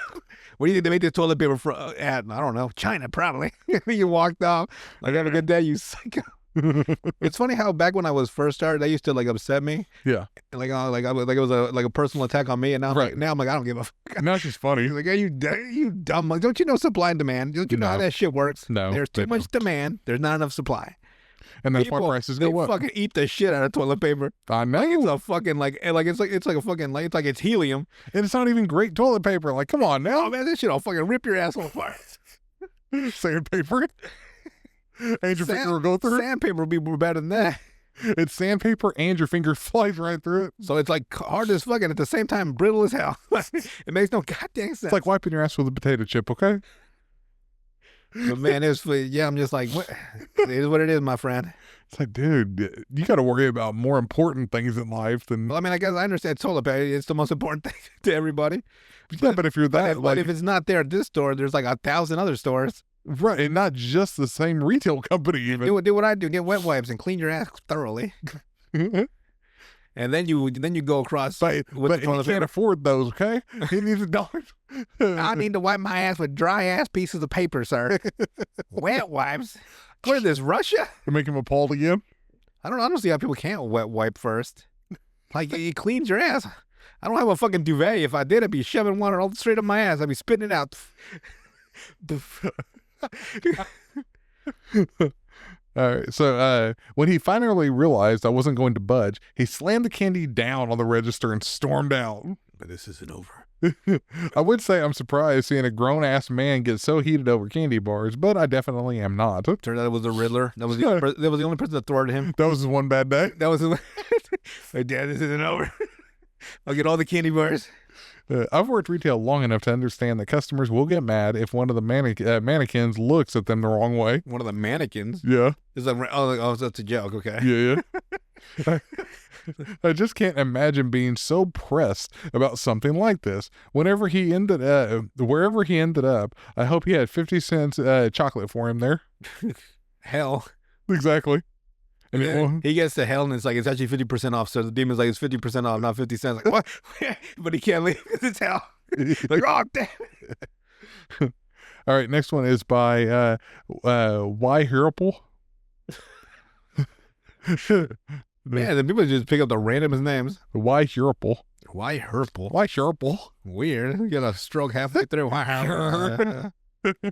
that episode with Family Guy where Peter gets a stroke. Oh yeah, halfway, and then he goes and gets he's like that one hamburger guy. Yeah. Like, if you give me a hamburger today, or what was that fucking saying he said? Like, if you buy me a hamburger today, I'd gladly eat something tomorrow. I can't remember. That's gonna be in my head all day. Yeah. All right. So this person puts, I work at a shoe shop, and this rude ass woman tried on some shoes from the the sale rack. They fit her, and she was happy. Nice. I put them at So what was the problem? It's also funny when customers are like friendly, right? Right. They'll turn on you on a fucking Instant. dime. instant. I'm like, damn, what happened? I thought we were good friends. I put them at the till, and she hit me with the, oh, actually, can you get me a duplicate pair? I don't want to wear the shoes everyone else has been wearing. Uh-oh. Obviously, I told her the ones out are the only ones we have because it's the sale shoes. They don't have other People don't pairs. believe when you say like we don't have it in the back because we Right. literally do it. We're not hoarding it. We don't have that shit in the back. I'm sorry. Everything's out. Off the truck, it's gone. Exactly. You gotta fight for what we have. Yeah. It's not like your Walmart, it's a shoe store. You ain't got that big ass warehouse part in the back. No, they're like, he's sort of a salty guy. Exactly. She starts to get angry. And I told her to check I told her to check herself at the door. She starts to get angry and told me to check the back anyways. So I did. There was none. I'd be just no chilling. I'd shit. be just chilling in the back. So instead of telling her and missing out on instead of telling her and missing out on a sale, I just wrapped the shoes she tried on up and gave them to her. Ta-da. She tried them on immediately and went, "Yep, I can tell these are new. They feel stiffer and look cleaner." Fucking delusion. Acting all snobby and saying, "See, wasn't that hard, was it? Was it? I knew you'd have some in the back." I was standing there trying not to burst out laughing. These people make me feel so smart.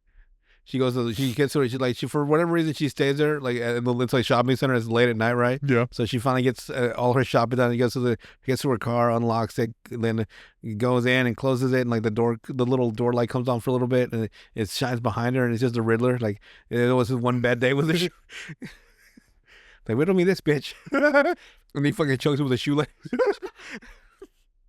So you could have done a whole bunch of comedy ones. Well, yeah, but I never followed through, so that's my only problem. All right, next one is by Beep Boop Human. Beep boop beep, but R2D2 goes boop beep boop. There's a whole thing on TikTok about that. Like, Oh, really? people notice like characters acting different all of a sudden. Yeah. It's like, wait, he doesn't say that or do that, and they realize there's something going on in the scene. Like it's a doppelganger or like someone in disguise as the kid. Yeah. You know what I mean? Yeah. So there was like, what? And it's like it's some robot's name, and it's like he goes beep beep boop, but he doesn't go boop boop beep. That is true, though. Yeah, like he's like, all of a sudden, like something. Or like a certain cadence to the way they speak Yeah, and like, stuff like that. what the fuck does he? What do you say? Yeah. I mean, like if Batman's like, "Yo, what's up?" and he's like, Huh? "Oh, Although there is a comic book where you use the word gangsta. that's not Batman." It's the Riddler. Nightwing's like, "What the fuck did he just say?" There, I still have the comic book too, It's like, "Sup?" where he's like, "Yeah, the gangstas." It's like, Like Damien, Jason Todd, Tim Drake, Alfred, Nightwing. They all turn to him like, huh? "What did he say?" Gangsta? He's like, that's the only word that describes it. Gangsta. And he's listening to the fucking "Fuck the Police" in his fucking headphones. "Fuck the police" coming straight from the underground. Imagine Batman looking over the night sky, like looking over the city, right? And he's got his fucking iPods in. "Fuck the police" coming straight from the underground. That would be hilarious. Be a great skit. That would be the randomest shit. Because it starts all ominous, right? Because you have the like dun dun dun. And right when it crosses Batman, "Fuck the police" coming straight from the underground. They're just mad because I'm brown. He fucking comes into some gangster's like house, right? Something like he's like, "Hey Batman, what's up? What's up, G? What you need, baby? You got any information on the Joker? Shit, man. You know, we going around here doing all kinds of weird shit. I heard from my boy Timmy." Then he starts doing that for every culture. Thanks. Like, "What's up? What you doing? So you ever seen it? Hey Batman, what's up, man? What's up, man?" Batman would be like the man of the people for sure. That would be Like, hilarious. "Come on, man." Hey, man. The police be fucking with me. Like, "Man, fuck the police, man. I know what you mean, man. They be coming after me all the time. All the time, man. time, man. Shot me in the leg. Fucking hit me with tear gas, man." That'd be a great skit to do, though. Because they would show Batman as like a people's person, like Yeah. like the you know, like the regulars. It'd be fucking perfect. Be fucking hilarious. Walking some little old lady across the street. "Here you go, ma'am. You're welcome." Then he fucking comes in and beats the hell out of some criminal. "If you'll excuse me, ma'am, I'll beat some ass." Now go ahead, honey. Have fun. Some kids like he's like he comes into like some kids like trying to buy something at the fucking like convenience store. Like there's a guy coming in with a gun, and like the kid's like, "Oh shit, I'm missing $1," and like Batman beats up the thug right there. Brother said, "So here's $1, kid. Hold that shit, right? Because I had 99,000 more." He's like, "This is the $1 that I'm missing." Is that the $1? "There you go, kid." Like, "Oh yeah, I forgot. I gave it to that one kid. Fuck, Alfred. I'm sorry." You get the cutaway scene to the present. Oh yeah, that's what happened to the $1. So like in the scene, like the kid would be like, we'd be the cashier, right? Yeah. POV, and the kid's like, "Oh shit, I'm missing a fucking $1," and like there's a thug coming in from the door, and he's got a gun, right? Then Batman comes up behind him and fucking slams him down, and then goes over the kid's shoulder. "Here's $1, kid," and he leaves. It's like, "Oh thanks, bro." He never see this Batman. "Oh thanks, bro. Good looking out." See, I gotta shut my brain off.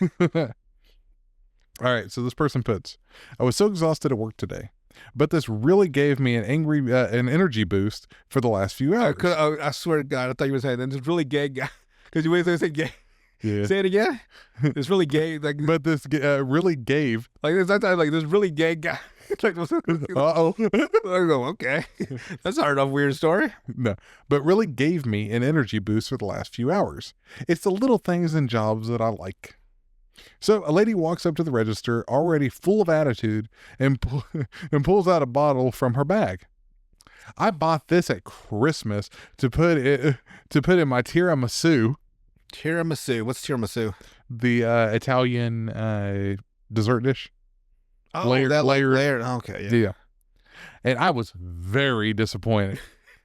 With a capital very. That shit tasted like ass and not the good kind. It's disgusting. Did you put a D, like a big old Italicized. disgusting? And I need a refund. But ma'am, you ate it all. I'm like, well, here's the shit. I know by the tone she came in expecting a fight. You know the type. They expect you to apologize for ruining Christmas, like I'm brewing the recipe in the back. Bitch, what am I, the Scrooge? Right. I don't recognize the bottle though, and we don't sell that many cream liqueurs. Went on the Grinch, my bad. I don't know why I say the Scrooge. I guess Scrooge McDuck. Yeah, same thing though. Yeah. Right. Did I say Scrooge McDuck? Scrooge McDick. That's the Scrooge I know. Exactly. What's the other name? What's his real name? I just know him as Scrooge. Oh, yeah. Like, I don't remember what his last name is, or if that's his first. I don't know his first name. It's one of those Universal stories that gets remade all the time. The fucking Yeah. Christmas, past, present, and future. Yeah, A Christmas Carol. Yeah. Yeah. Wild, huh? Yeah. So he says, did you buy it at a different location? I've never seen this one before. No, I bought it here. I have the receipt. Fair enough, I think. Maybe it's new. Something I haven't seen. I look at the receipt, and it lists a bunch of other products, but not the bottle she's brought to the register. Did you maybe have another receipt? This isn't on this isn't on this one. Once had a customer bring something from another store, like another A retail totally store. different retail store? Yeah, I'm like, this isn't ours. It's like, oh shit, my bad. It is here. She snatches it back and slowly puts on her glasses to read it. Fucking goddamn magnifying glasses. While she's doing that, I scan it with my RF gun and nothing comes up but an error message. Even if we weren't selling it anymore, or she brought from another company in another location, it'd still be in the system. I explain this, but she keeps insisting that she bought it here. It couldn't be from somewhere else because she didn't shop anywhere else. We don't go to any other store ever, huh? Right. She finally gives up trying to find it on the receipt and says, well, I don't know, but he didn't put it on the receipt. Probably because I bought it. Probably because I bought a lot of things. I say, it's not on the receipt because it's not a product we sell. I'm sorry, but I can't give you a refund on a product that you didn't buy here. Basically, yeah. She says, that's ridiculous. How is that? Well, I'm definitely never shopping here again. I can't stop myself from laughing and say, that's okay. You can shop wherever you bought that instead. He didn't say it, did he? Yes. Smart man. Yeah, he said it. Snarky man, too. Yep. She makes a guffaw type noise. Especially she grabbed her pearls, too. And says, have a nice day. And walks off from the register. Ladies and gents, I feel good. We're at the incoming complaint, I'm sure. After she left, I Googled it, and it's from a cheap grocery slash liquor store that sells in-house exclusive products. Wish I'd have Googled it while she was still there, but I guess you can only win so much. I don't believe in Google, sir. Google's a lie. All right, next one is by Farty McGoo 912. Farty McGoo 912. 912. Yep. This person puts, I regularly encounter people who will flick their card at the reader and immediately pull it away like they're casting a spell. This causes the transaction to fail before completing. That's because the people that made the whole tap and thing, right? They didn't think clearly. No. On what's the full phrase? Like tap and go or something? Yeah, it's tap and go. Or tap and pay, tap and go. Yeah, tap and pay. They don't realize that a lot of people, a good portion of our society, God bless them,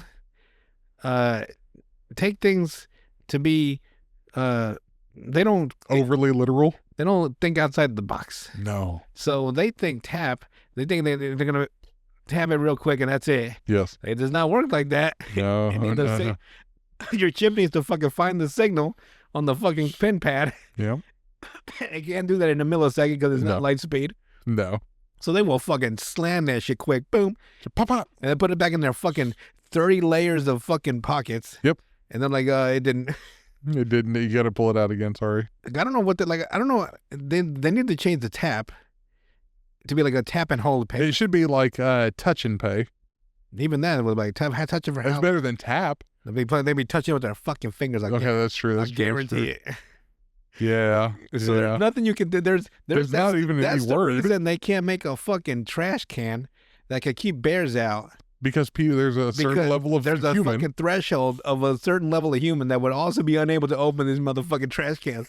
I guarantee it. I'm dead serious. I read Yes. a park ranger said that. Like, Yes. there's no way they can make a trash can that can stop bears, but also make sure people can still open them. Right. Because they will also not be able to open said trash can. That's the saddest shit I've ever heard. And there's already people that can't open childproof like containers and stuff. Oh, so. Lord. Yeah. So the customer flicks it again. Then I try to explain that tap doesn't literally mean you have to tap the card, Fucking thank you. Just hold it there. but they still don't get it. They think they're shooting the signal out of their card by flicking it Exactly. or something. I'm like, it doesn't. Oh.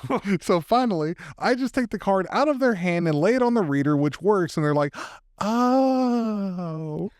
They don't even do that for me. They're that Pikachu. Oh. You son of a bitch. Is when I read, don't you touch my fucking card. So everybody goes through that one. Ah, yeah, it's fucking brutal. Next one is by Your Sex Pest. It's one of the technological advances I fucking hate so far. Tap and go. Tap and go. Tap and pay anyway. Yeah. What's really annoying is whenever a company has like the tap and pay and it lists like Google Pay, Apple Pay, and like normal credit cards and stuff. Yeah. But then it says on there, like they put a sticker on the top, like with the label gun, does not accept Apple Pay. So fuck you. It's like, then why the fuck does it show it? Like, Another thing is like, so back when COVID, right, the whole tap and pay was when it became prevalent. yes. The whole point of tap and pay, I don't know who to blame on this one, was you tap it and then you don't have to touch the pin pad anymore. But now you still have to put in your You gotta code. put in your fucking pin, your Yes. code, your fucking. You gotta say if this is the right amount you want. I'm like, Yep. so what the fuck was the point? Now, to be fair, like at places like fast food and stuff, it is actually just tap. Like you don't have to do anything past that. But at retail Something stores, about retail, yeah. you still have to type in your 17 PIN, and fucking hurdles and questions. even like 7-Elevens and stuff, you still have to. Customer like so many questions. I'm like, damn, bitch, I didn't make the fucking pin pad. And then you finish it off. Do you want a receipt? I just give it to him automatically. I don't ask him. Here you go. Don't even ask. I don't need that ticket. Like, all right, I'll arrest you at the front door. All right. So the next one is today I had a customer buying like 6 things, and her total was a little over $100. God dang, what is it, Walmart? 6 things? What the fuck did he buy? It was McDonald's. 3 apples? She got 3 Big Macs. She bought fucking 3 dozen eggs. $615. She looks me dead in the face and goes, "So what freebies do I get with my purchase today?" Freebies? Like- I guess I'll eat you out. I don't know what you... So he's like what? Do you go to Target and ask stupid shit like that? Or are we special because we're a mom and pop store? If anything, you should be tipping me for not laughing at you at this point. No, mom and pop store, bitch. It's 6 items for $100. I know. It's Oh, like, what goddamn mom and pop store. Oh, this is a little bit longer one. All right, so this one is Nikki Never There. Nikki, are you there? No, Nikki never there. This person puts, "I'm not sure if customers have gotten more rude and entitled lately, or if I'm not just not used to their shit anymore since The level of intelligence has fallen. The yeah, threshold it has. of common knowledge has fucking come down a little bit. Or if I'm just not used to their shit anymore since I was promoted to district manager." Damn, all the way up to district manager? You shouldn't have to deal with people at all. Right. But there's something wrong with these people, like medically wrong. Who does that? You have a fully staffed business with staff serving customers after minimal waits, yet you remember seeing a person outside with the appropriate logo on their jacket, so you go fetch her. What the fuck? It's like, what the fuck? I'd almost understand if the store was too busy for the current staffing. I've had customers randomly ask random people, like, "Excuse me, do you know where this is?" And the person's like, "I don't work here." Right. They're not wearing any of the attire that you would assume the employees would be wearing. It would just be a random fucking person. Yes. I'm like, what the fuck? Why Okay. are you asking? Explain this to me. You see what I'm wearing right now, right? Yeah. Why the fuck would you ask me at a Walmart, hey, can you help me? Maybe you go there all the time. They assume you're part of their fucking personnel. It's like, does these big logos say Walmart? You know they can't read. It's got letters. Must be an employee here. Not even the same fucking color. Ain't blue. They're all colorblind as hell. It's like, huh? Got letters on his shirt. He must work here. Or they'll say, am I the other company? The other company? Yeah, you know. Oh, yeah. No color even similar. I'd be like, oh no. You're the same thing, right? You're together. You guys like, you're copacetic is one would say. It's like, no. It's like, is Target a Walmart employee? No. They're not. They're like, what? Huh? They're not together? They don't get off of Walmart and go straight to Target to work? Right. All right. So I'd almost understand if the store was too busy for the current staffing, but there was one person helping lobby guests on a kiosk and another cashing out those who didn't use a card and handing out drinks. No one had to wait more than 2 minutes to be helped. Uh-oh, here we And go. when the crazy woman came to fetch me, there was like one person waiting to pay, one couple being helped at the kiosk, and no one else who needed a cashier.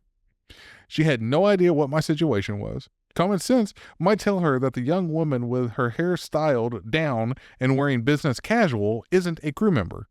But I guess the logo on my jacket fooled her. Either way, she had seen me come from behind the counter, so I'll accept that she had me down as an employee of the business. She wanted to pay for an order, however, and I'm not sure why she even thought that any random employee would be able to cash her out. I couldn't actually have done so anyway, as I spend half of my time telling staff not to use another person's till. Yeah, that's how it goes. She could have been grabbing a cook, a cleaner, a bookkeeper, or whatever. I was some distance away from the doors, on the phone with a manager at another one of the stores about a rather serious matter. I'd walked outside for privacy, which I think was clearly conveyed by the fact that I'm walking back and forth on the other side of the parking lot next to the damn dumpsters. Though I'm actually a salaried manager who doesn't clock in or out, this woman has no way of knowing that. A reasonable assumption would be that I was on break, so I was pretty startled whenever this creature walks outside and waves at me yelling, "Hello!" So she walked from inside to outside to bother this lady. Followed her all the way out there. Good God. I'm not going to lie. I'm here to kill you. She starts stabbing her. I'm not going to lie. I knew she was addressing me, but I pretended not to since it was rude as shit. She yells, "Hello!" again. So I turn around and start my pacing in the other direction, but I'll be damned if I don't hear her walking up behind me. Hello. As I turn around again, for my return journey, we come face to face. And the woman looks very aggravated as she bluntly states, "I have cash." Once again, I act confused, as though I didn't hear, so she repeats herself. My inquiring look and my response to her, she replies that she needs to pay cash. Pretending to finally understand, I smile and tell her the cashier inside can help her. She is only stunned into silence for a moment, though it's long enough for me to go back to my phone call when she interrupts again. She tells me the cashier is busy. I ask with what? She says another customer. Now I'm pissed, so I tell her that I suspect he'll help her as soon as he finishes with the guest ahead of her. That's how lines work. She opens and closes her mouth a few times like a fish and walks away in a huff. As I mentioned, it was a serious phone call, so whenever the woman leaves 5 or 10 minutes later after receiving her order, I'd only just hung up. I'm still outside, about to walk in and pausing briefly to read a text. She walks right by me, goes in to get in her car, but changes her mind and walks back to me. Again, oblivious to the fact that I'm outside the store and otherwise occupied, she plants herself in front of me and demands to know if I'm a manager. I confirm that I am, and she tells me that she wasn't very happy with her visit, and surely I knew why. I say that I have no idea. Was there perhaps a problem with the food? She huffs and snorts and proceeds to tell me that it wasn't right, that she had to come outside to find someone to wait on her. And whenever she did, I'd been rude to her. I asked why she felt that she had to go get me whenever there was plenty of staff inside. She tries to avoid the question whenever we aren't helping. She tries to avoid the question, mumbles about a wait, and then says it's bad whenever you aren't helping all the customers. I remind her that everyone inside was helping, and I fib and tell her I'm on a break. That stumped her. So she clearly hasn't even considered that possibility in the entire situation. She recovers and says she still didn't like the way it was handled, and that hadn't told her I was on a break. I look at her and said, "You didn't ask." Jesus, man. Like, that is a long ass story for something that didn't take that long. My God. Crazy people, huh? Just fucking followed her all the way outside Yes. for no fucking reason. Feel like if she followed you to the fucking bathroom and you I need help. you fucking sit down on the toilet and take a shit, she fucking kicks the door in. Boom. I got cash. Fucking scare the shit out of you. All right. Next one is by Obvious Ear 369. This person puts, keep in mind, I wasn't there for the purchase of the item, only the attempted scam. Oh, God. Oh, a scam. These are fun. I work at a clothing store and we have an in-house tailor. This customer wanted a specific pair of pants, but for whatever reason, I got a phone call a few days, like last week, right? Oh, yeah? And this guy was like, all right, like, and he sounded legit as fuck. He's like, all right, so we're going to have to come in later today. We got to do all, he was telling me how they had to come in. They were going to remodel the safe, take the money out, put it in bags, and then redistribute another set of money. Like he went into like a full 5-minute thing, right? Yeah. And I'm like, okay, so could you repeat all that from the top again? And he hung up on me. Because I knew he was fucking bullshit. I'm like, so you're going to come in tonight and take all the money out of our safe and then fill it, then give us redistribute another set of bills to us. And it's like, he just started like, he's just like, and like, talk to the district manager, talk to the, all this and that. He just kept going on and on. Mm-hmm. And I'm just like, let them go on because I'm like, well, all my stocking's done. I can just. You got nothing else to do at the moment. Like, I told him to repeat himself 3 times. He hung up. Like, all right, so you're doing what again? And then he's like, he did that. It's like, all right, so who are you working for? And then I like, so okay, so start from the top. That was the third time. Like, so start from the top again, from the very beginning. And he hung up on me.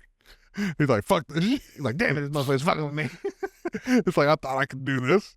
Like, how the fuck you expect me to believe that some random fucking people are gonna come in the middle of the night And they're going to call you. and they're gonna call me and they're gonna come in and take all the money out of our safe and then give us a new set of bills? What the fuck? What the fuck are you talking about? It's called Monopoly money, okay? I was like, you've got to be fucking kidding me. People are dumb. Okay, but so if you go into the safe real quick and start putting all the money in a bag, I'm like, no, I don't have to do that. It's like, are you fucking retarded?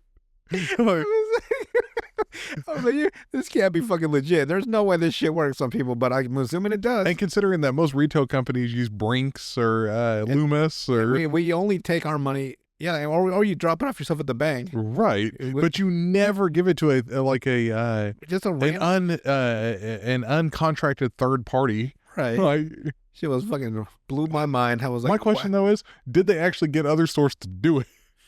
well, no, because we didn't hear it on an email or anything. So Yeah, you would have got an email. we got an email like, watch out for this This scam. fucking retard. Watch out for this fucking dumbass scam. That guy We had 3 people get taken down. 3 fucking stores. All their money's gone. It was an inside How the job. fuck would that ever fucking work?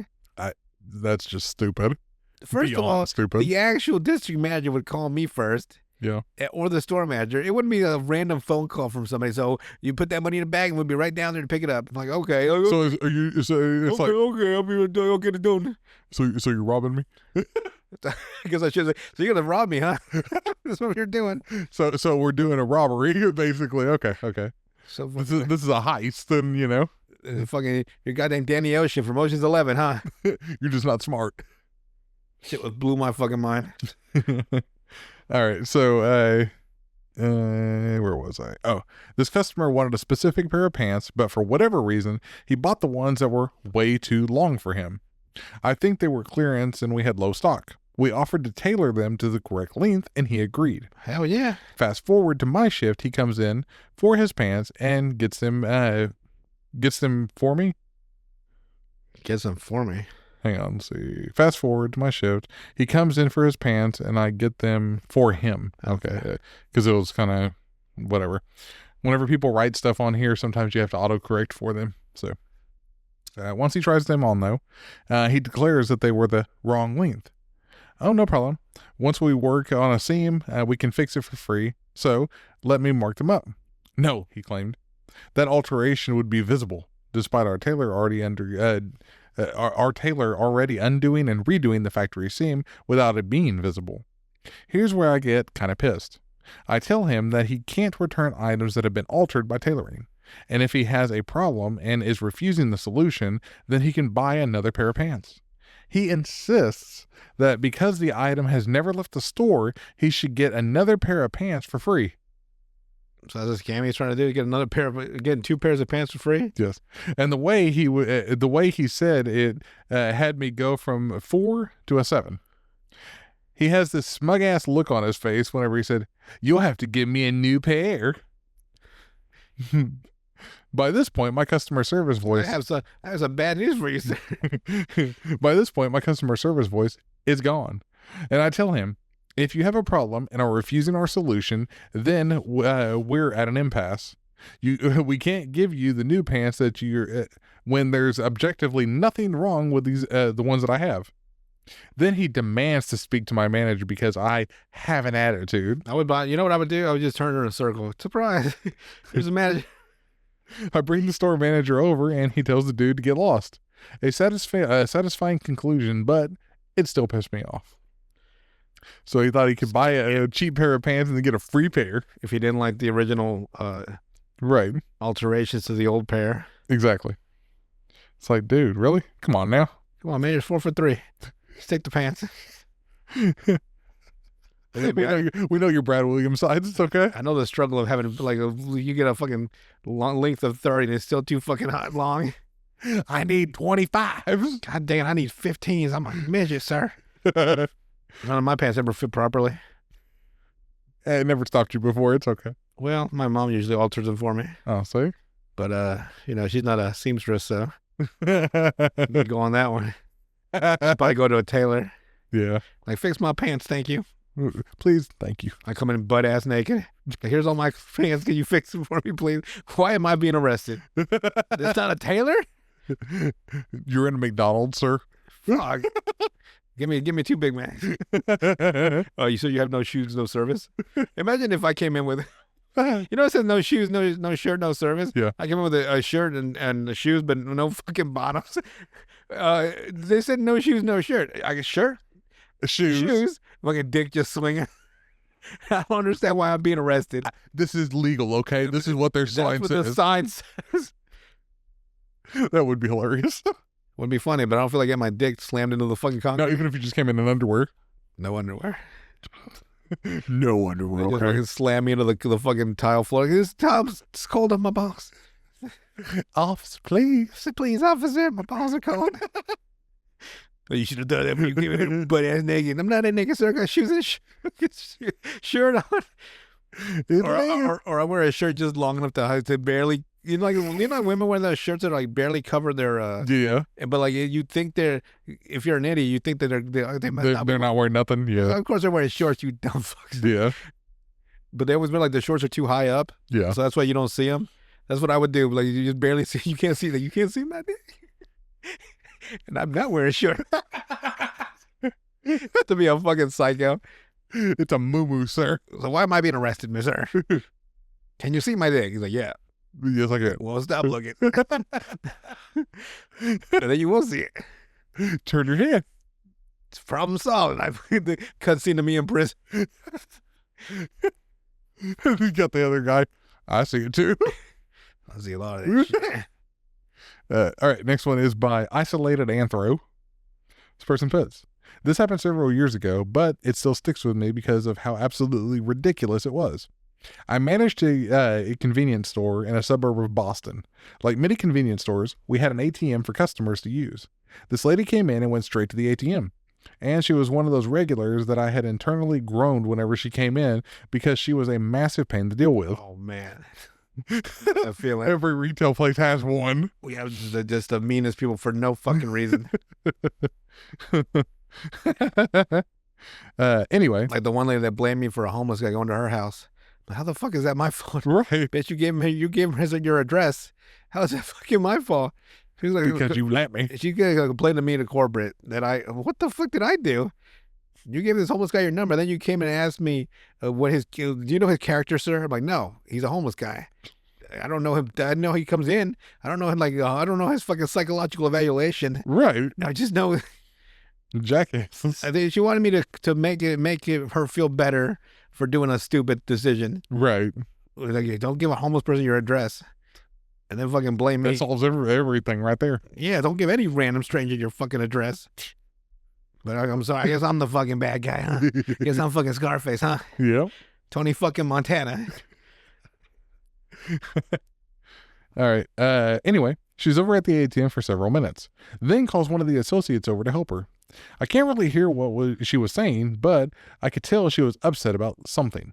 So I went over to see what was going on. Why would you even go to the hornet's nest? I'd have fucking disappeared. She had a handful of ATM receipts, and she kept trying to get money out, but it was only giving her a receipt, but no cash. While I was standing there, she tried another transaction to get cash, and the ATM spit out another receipt. Huh. She shows it to me. At the bottom of the receipt and all the ones in her hand, it says, "Transaction declined, NSF." For anyone who may not know, NSF funds? stands for insufficient funds, meaning the money wasn't in her account to withdraw. You got to spell it out. And even they still probably wouldn't be able to read it. I explained that to her, and that unfortunately, there wasn't anything we could do, and if she didn't think that was right, then she could contact her bank. We're like, ma'am, the problem is you're broke as fuck.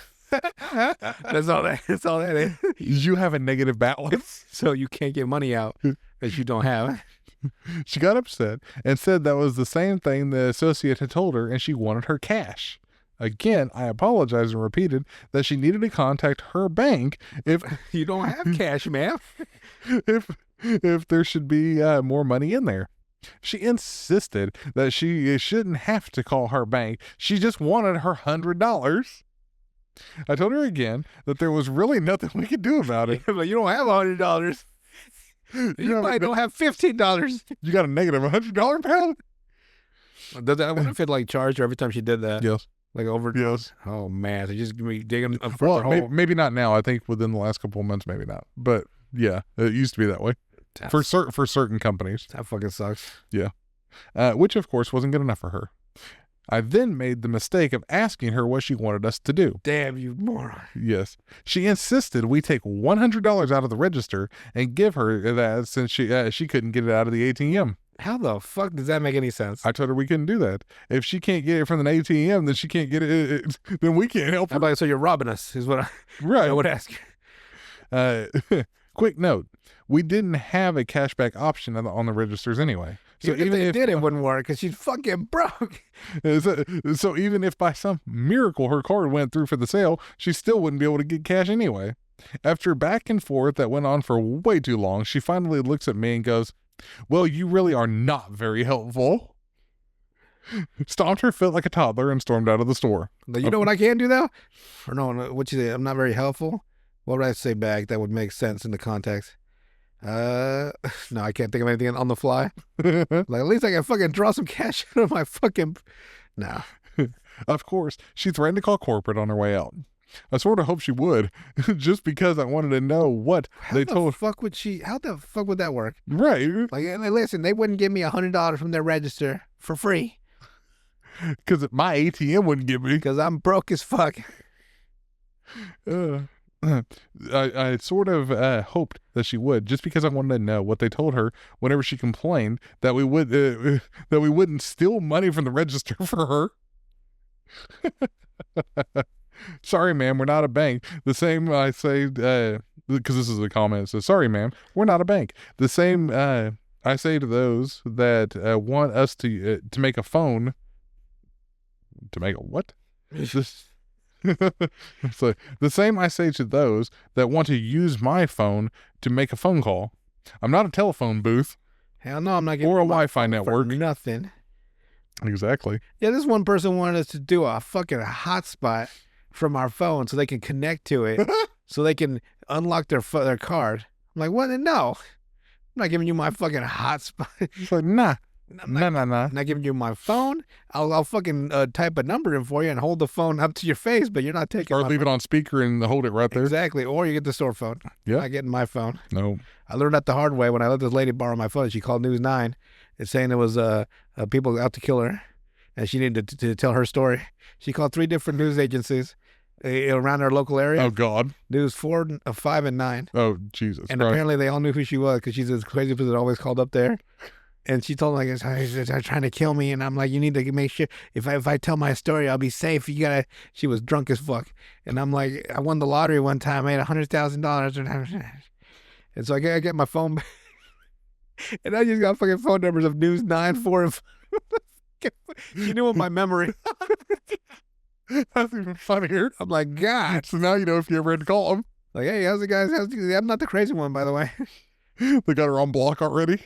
That's why she wanted to use somebody else's My fucking phone, yeah. It blocked me, and I can't even go to the news. But that is fucking insane. I guess you can just call up the news agent, the news place. But what can you ask them? Right. That's someone trying to kill me. Yeah, like that was like she was legit saying people were following her, and And there's nobody around her? like there's no one anywhere. She's just fucking crazy. She's one of those old super drunks that are just like never like she's like a Half perpetual, in a world like totally different. just like have like perpetually like hungover and drunk, like in that constant state of like forever Yeah. inebriated. Yeah. And like she probably gets the shakes and shit and withdrawal if she doesn't drink. Yeah, I can see that. So just a long-term alcoholic. Yep. No, they knew who she was. Yeah, All of them did. fucking did. She called all of them. They all knew who she was. Beth, stop fucking calling. Don't you call this fucking station again? We told you you're fucking crazy. Ain't no damn moon people following you, Beth. All right. Next one is by Sazaziki. This person puts, so I'm helping an older man at the checkout. He buys an item and his total comes to $10.69. He gives me a $20 bill and 4 pennies. That's fine.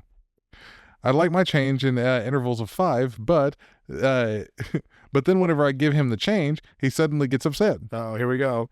I gave you $20.04, so I should get back $10.35. I tell him no.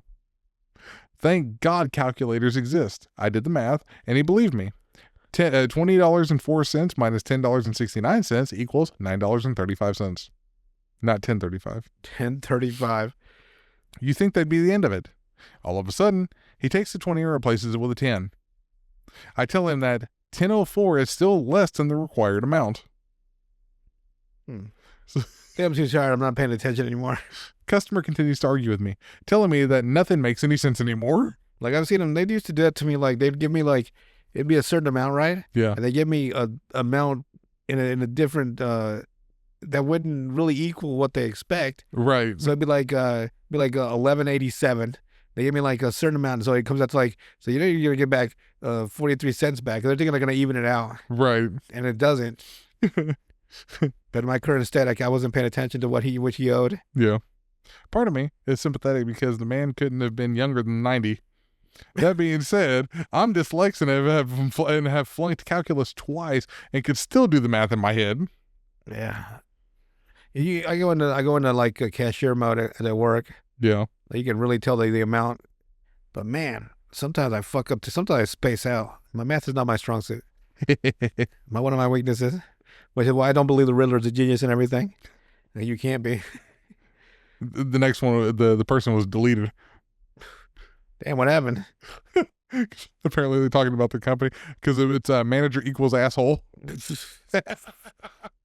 They deleted that shit. Oh, fuck. Like, damn it. They know my username. This person puts, so I closed up my store last night with another. Can I talk to you, Bob? Is this you? And it just said, Bob loves big booty bitches. It's like, I know this is you. What? No, Bob, you got it. It's not me. It's not me. The fucking t-shirt says big booty. Bob. Bob, like, You remember that skit from The White, you know? Yeah. And fuck Darren? I'm Darren. Was it because of the vending machine? Yeah, they fucking. I've gave you more than enough money to get back your soda and then some. I even bought you a 12-pack of Mr. Pibb. And you bring a T-shirt on Casual Friday that says "Fuck Darren." Trevor, the character that plays the Darren, he sells this so well. Yes, he does. I remember seeing that I one. love that shit. All right. So this person puts, so I closed at my store last night with another coworker, Amy, quote unquote. Quote unquote. Yeah, because I don't know if they're using real names or not. Oh, okay. So Amy. And a team lead, Zach.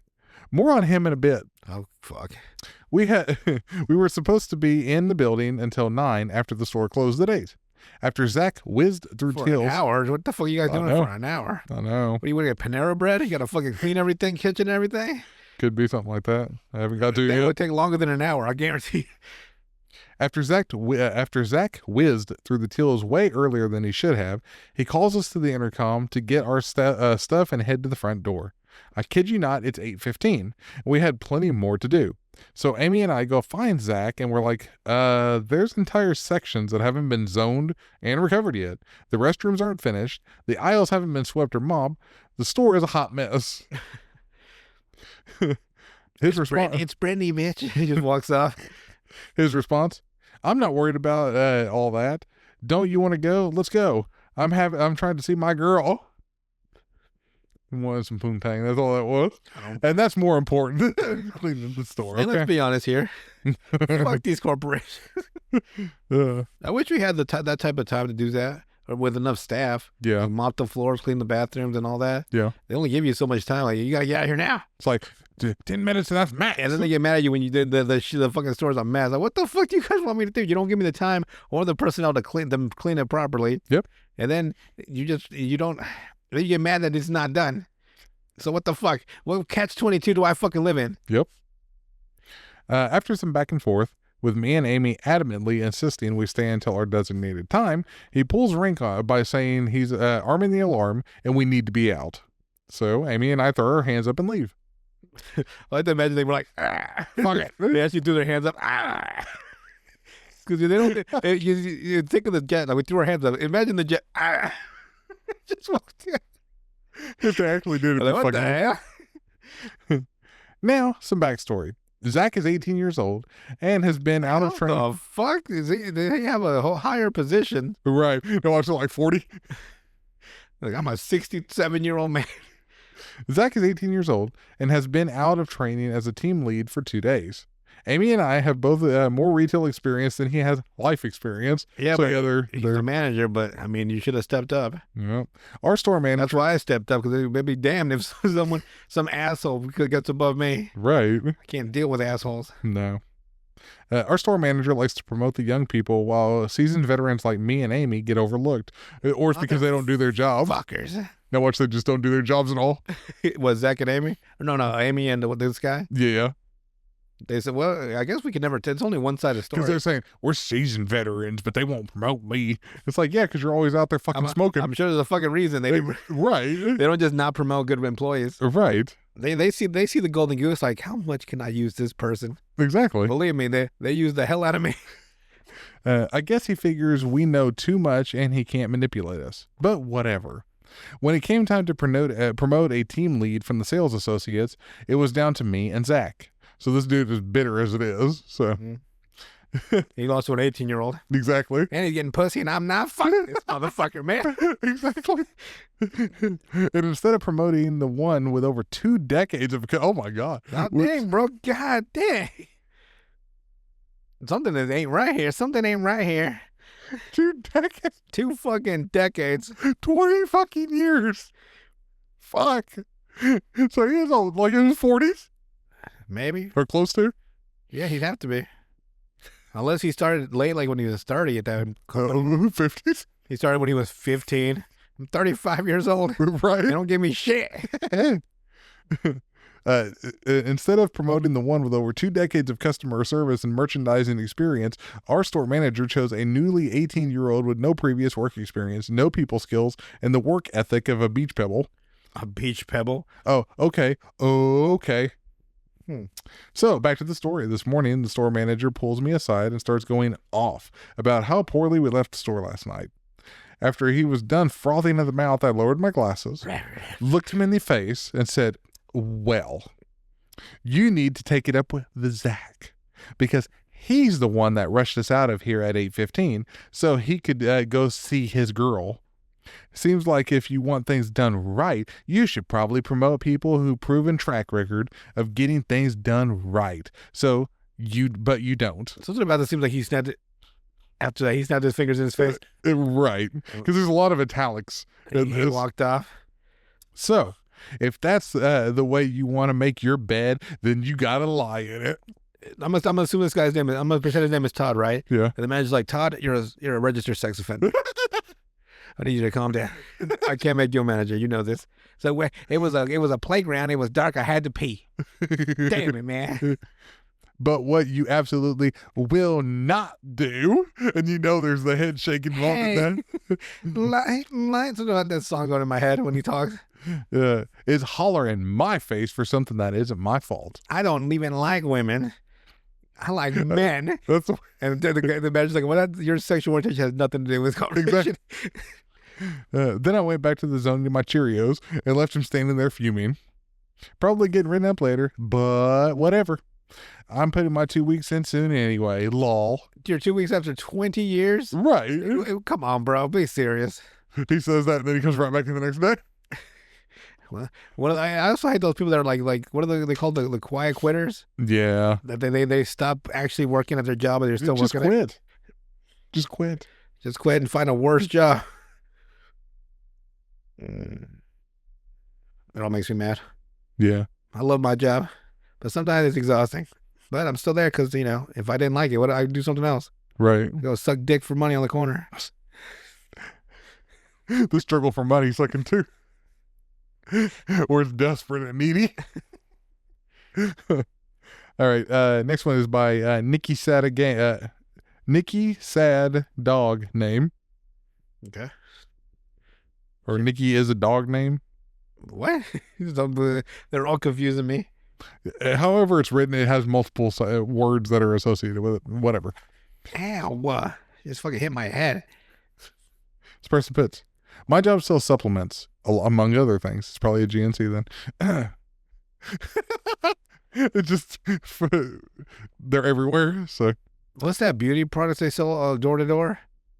Mary Kate. Yeah, like a goddamn pyramid scheme. Yes. Yeah. Mary Kay. I'm glad my mom never got into that. She's almost dead. God, thank God. Because, man, they fucking ruthless. Yes, they do. With the money you owe them, apparently.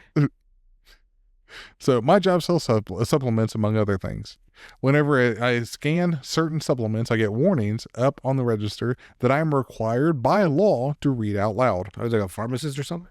I would assume it's probably still like a GNC or something. Because if it's just supplements, among other things. I was thinking like a door-to-door salesman.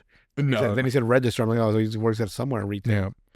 Yeah. This should not be taken alongside blood thinners. Should not be used by people with low iron or kidney problems. There used to be a supplement place at the mall down the road. Yeah. And me and a friend, we were younger, like teenagers, right? We went in there because we were waiting for the movie to start. Yeah. And you just go in with a whole bunch of kids. We all went there, and these two girls were with our group too, right? So it was me, him, and these two girls walking around the supplement place, right? Yeah. And this creepy ass fucking cashier, this old ass man, fucking hair falling off, but he got the fucking comb over. Yeah. Glasses, I'd never forget, just creepy, pasty white. Fucking, he just looked like he stank. Like he visibly looked like he smelled like shit. You ever seen those? Yeah, they look like they fucking reek. Yes. And we're just going around looking at stuff, right? And the girls were talking about these supplements, right? And he's like, yeah, if you try these, they'll make your titties bigger. And they fucking bolted. The two girls left and I was like, I couldn't blame him. I'm like, what the fuck is this guy going on about?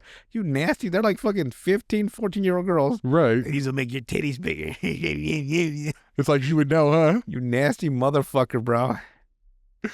I'm like, man, dudes are some creeps. Yeah, there are some weird dudes like Costanza. Costanza? They look like Costanza. Oh. Yeah, but they don't act like Costanza. No. He was harmless. Just a moron. Just a complete idiot. But man, I'll never forget how creepy that was. After that, me and my friend were like, let's go. And we followed after the girls and went to the movie. It was fucking weird. But we're gonna make the titties bigger. I'm like, why the fuck would you say that to a fucking 14-year-old girl? Creeps. At least they were smart enough to leave. Exactly. They fucking bolted. Their red flag shot up quick. It's like, this is a final flag. Run. We need to leave. This is a black flag. This is actually death. There's a basement in this fucking house. I guarantee it. All right. Read out loud. Such as, this should not be used by people with low iron or kidney problems, should not be used during pregnancy or breastfeeding, should not be used by children under 18, that kind of thing. I don't know what the customer has. I can't smell liver issues on people. I also don't know if a customer is going to take the supplement to the National Pregnancy, Breastfeeding, Liver Problems, and Blood Thinners Convention and hand it out. They might just also offer some to a friend and family member with these conditions. I don't know. I'm not allowed to ask. I just have to say the warning. And people take it so personally, it's insane. I don't have liver problems, or I've been using this product for years, you know. No, I don't. Or just interrupting me while I'm speaking with... Everybody shits blood. He just walks up. With, I know. I have to say it. I legally have to say it. Let me say it. I don't care if you're a 65-year-old cis man. I have to say this. I can't be used on someone breastfeeding. I have to say it. It's like, just like give him a letter, give him a note, put it in front of the packaging. So he has to say it. Right. I'd be mad as hell. I had to repeat myself and people get mad at me. Right. That's weird anyway. I keep people from fucking dying. You people are too fucking stupid to keep yourselves alive.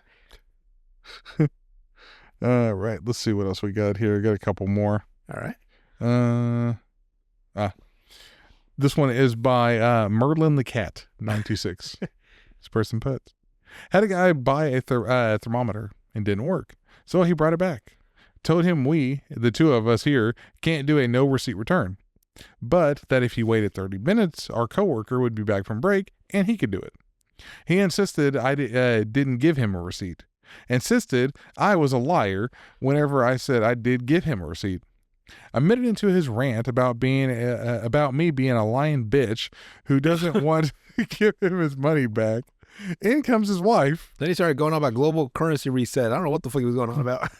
I've had one of those do that before. I'm like, what the fuck is global currency reset? Yeah. You need to chill the fuck out. Start going into a deep dive. Yeah, I'm like, the randomest shit I've ever fucking heard. I've heard people talk about. So a minute into his rant about me being a lying bitch who doesn't want to give him his money back, in comes his wife, waving the receipt in the air saying, Dave, you forgot your receipt. They needed to do a return. Fuck you, Dave. Damn it, Dave. And then an update.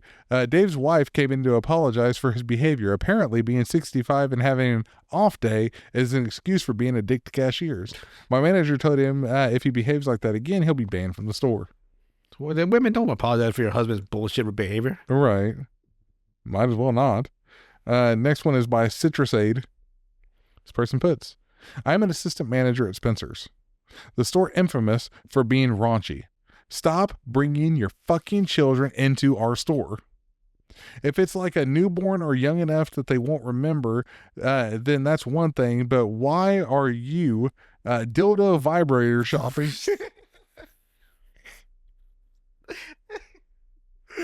I just got you, didn't I? Going off just on randomly. Why are you dildo / vibrator shopping with your fully sentient toddler?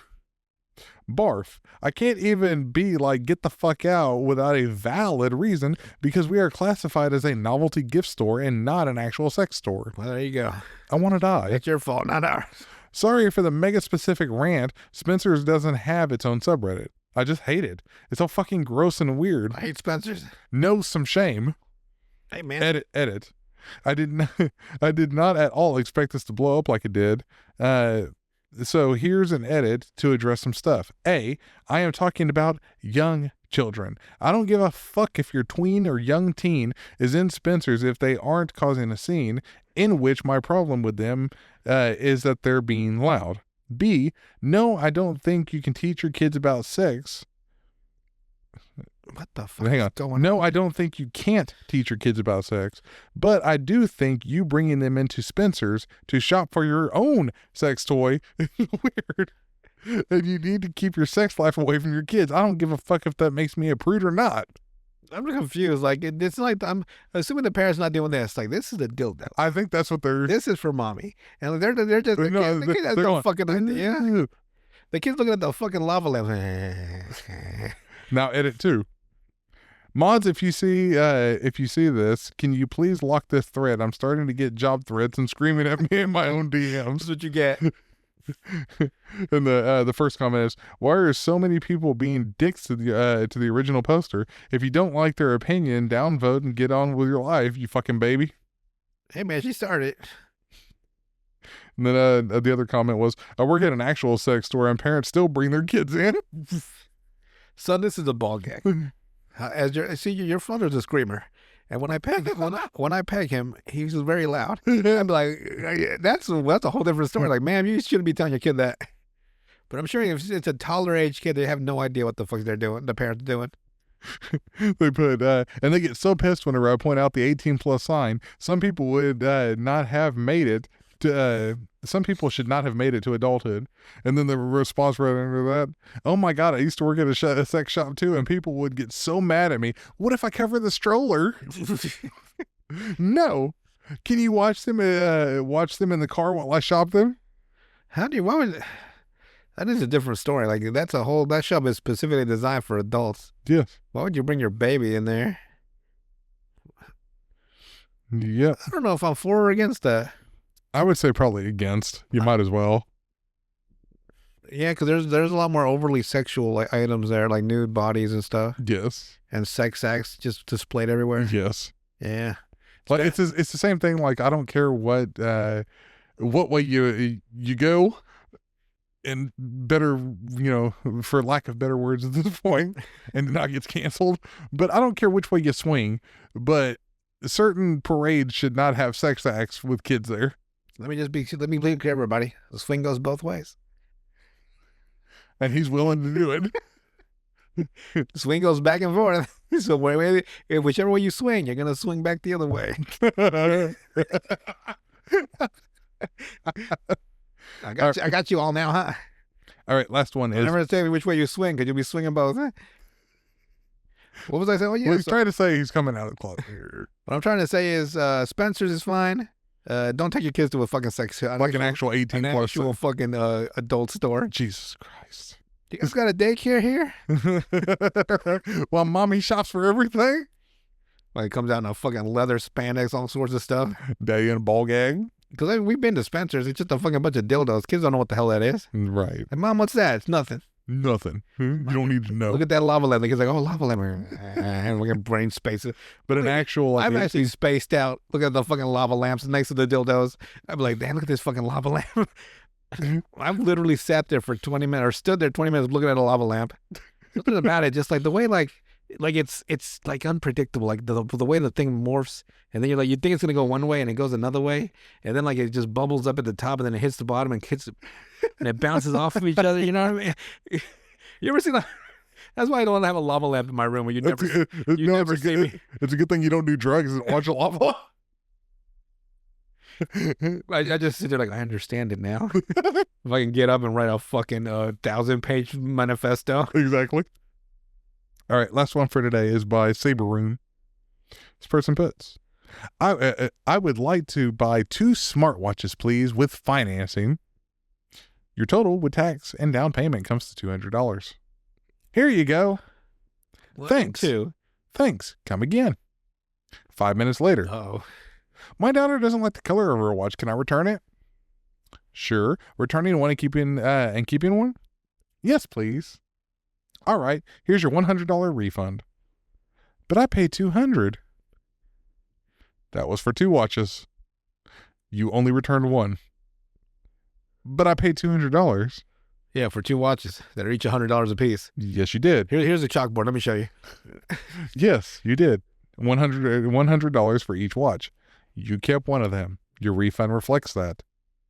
But I paid $200. What the fuck does reflects mean? But I paid $200. Did you buy 2 watches? Yes, for $200. How much is one watch? Did you $100. Did you return 2 watches? No, but I paid $200. So he just keeps going back to $200 being paid. For 2, 100 each. You're keeping one, you still have to pay for it. But I paid $200. Well, they give me both watches back. Internal screams. How much did you pay for this watch? $100. How much did you pay for this watch? $100. How many did you return? 1. Understand now? You returned half the watches, so you get half the money back. But Make I paid sense? $200. Exactly. That's what he said.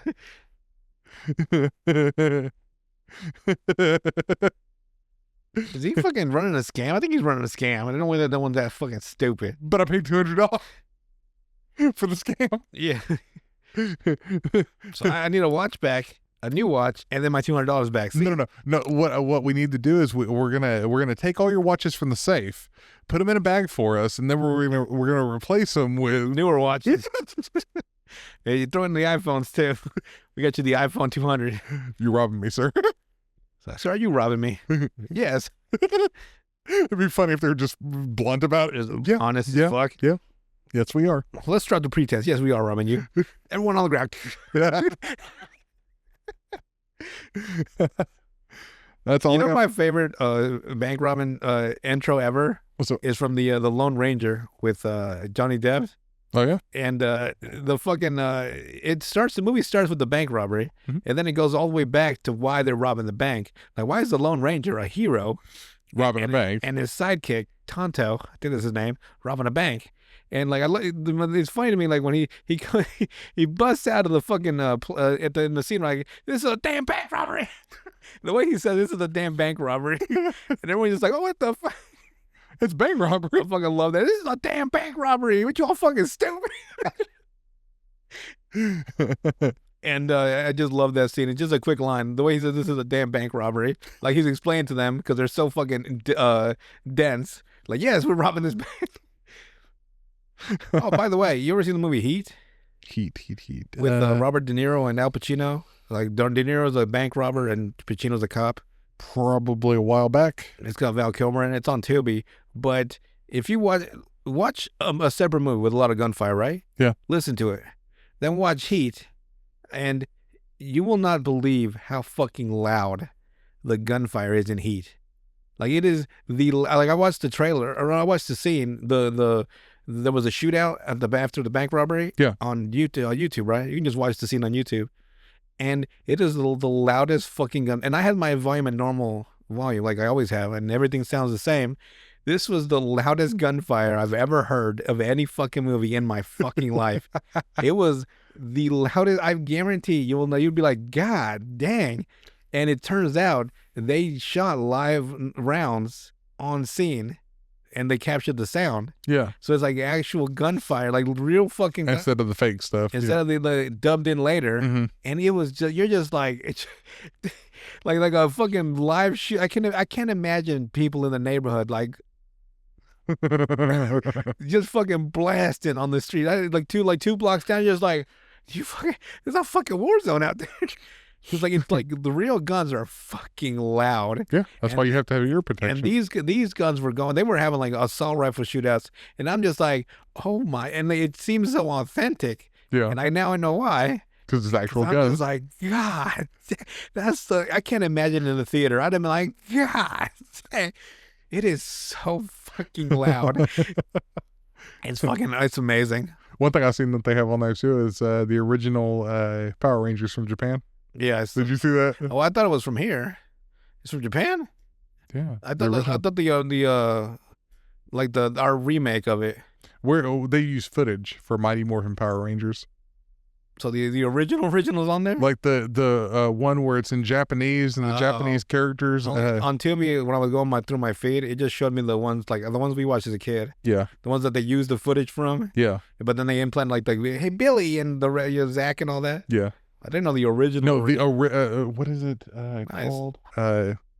Fuck. But it's what they took the footage from. Yeah. But like that's on. And I never knew Rita was not a real. I thought she's a Japanese character. Yeah. Actress, right? Yes. I thought she was, because they overdubbed her. I thought she was an actual actress in the show. Yeah. And that's why she never showed up with the actual kids, because she was never there. No, and she wasn't. I don't even think part of that series.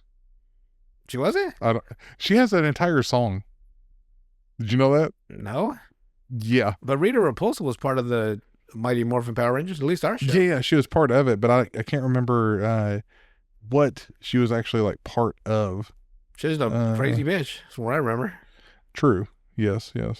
Let's see. Rita Repulsa. Pornography. Rule 34. Oh, you can find that. Yeah, well, I know. Everything's Rule 34 now. Let's see here. Yeah, she actually had a real theme song. Nice. Good for her. It was weird too. Sure they always are. Arabic? I'll have to cut it out for the podcast, but yeah, Oh, okay. the sound anyway.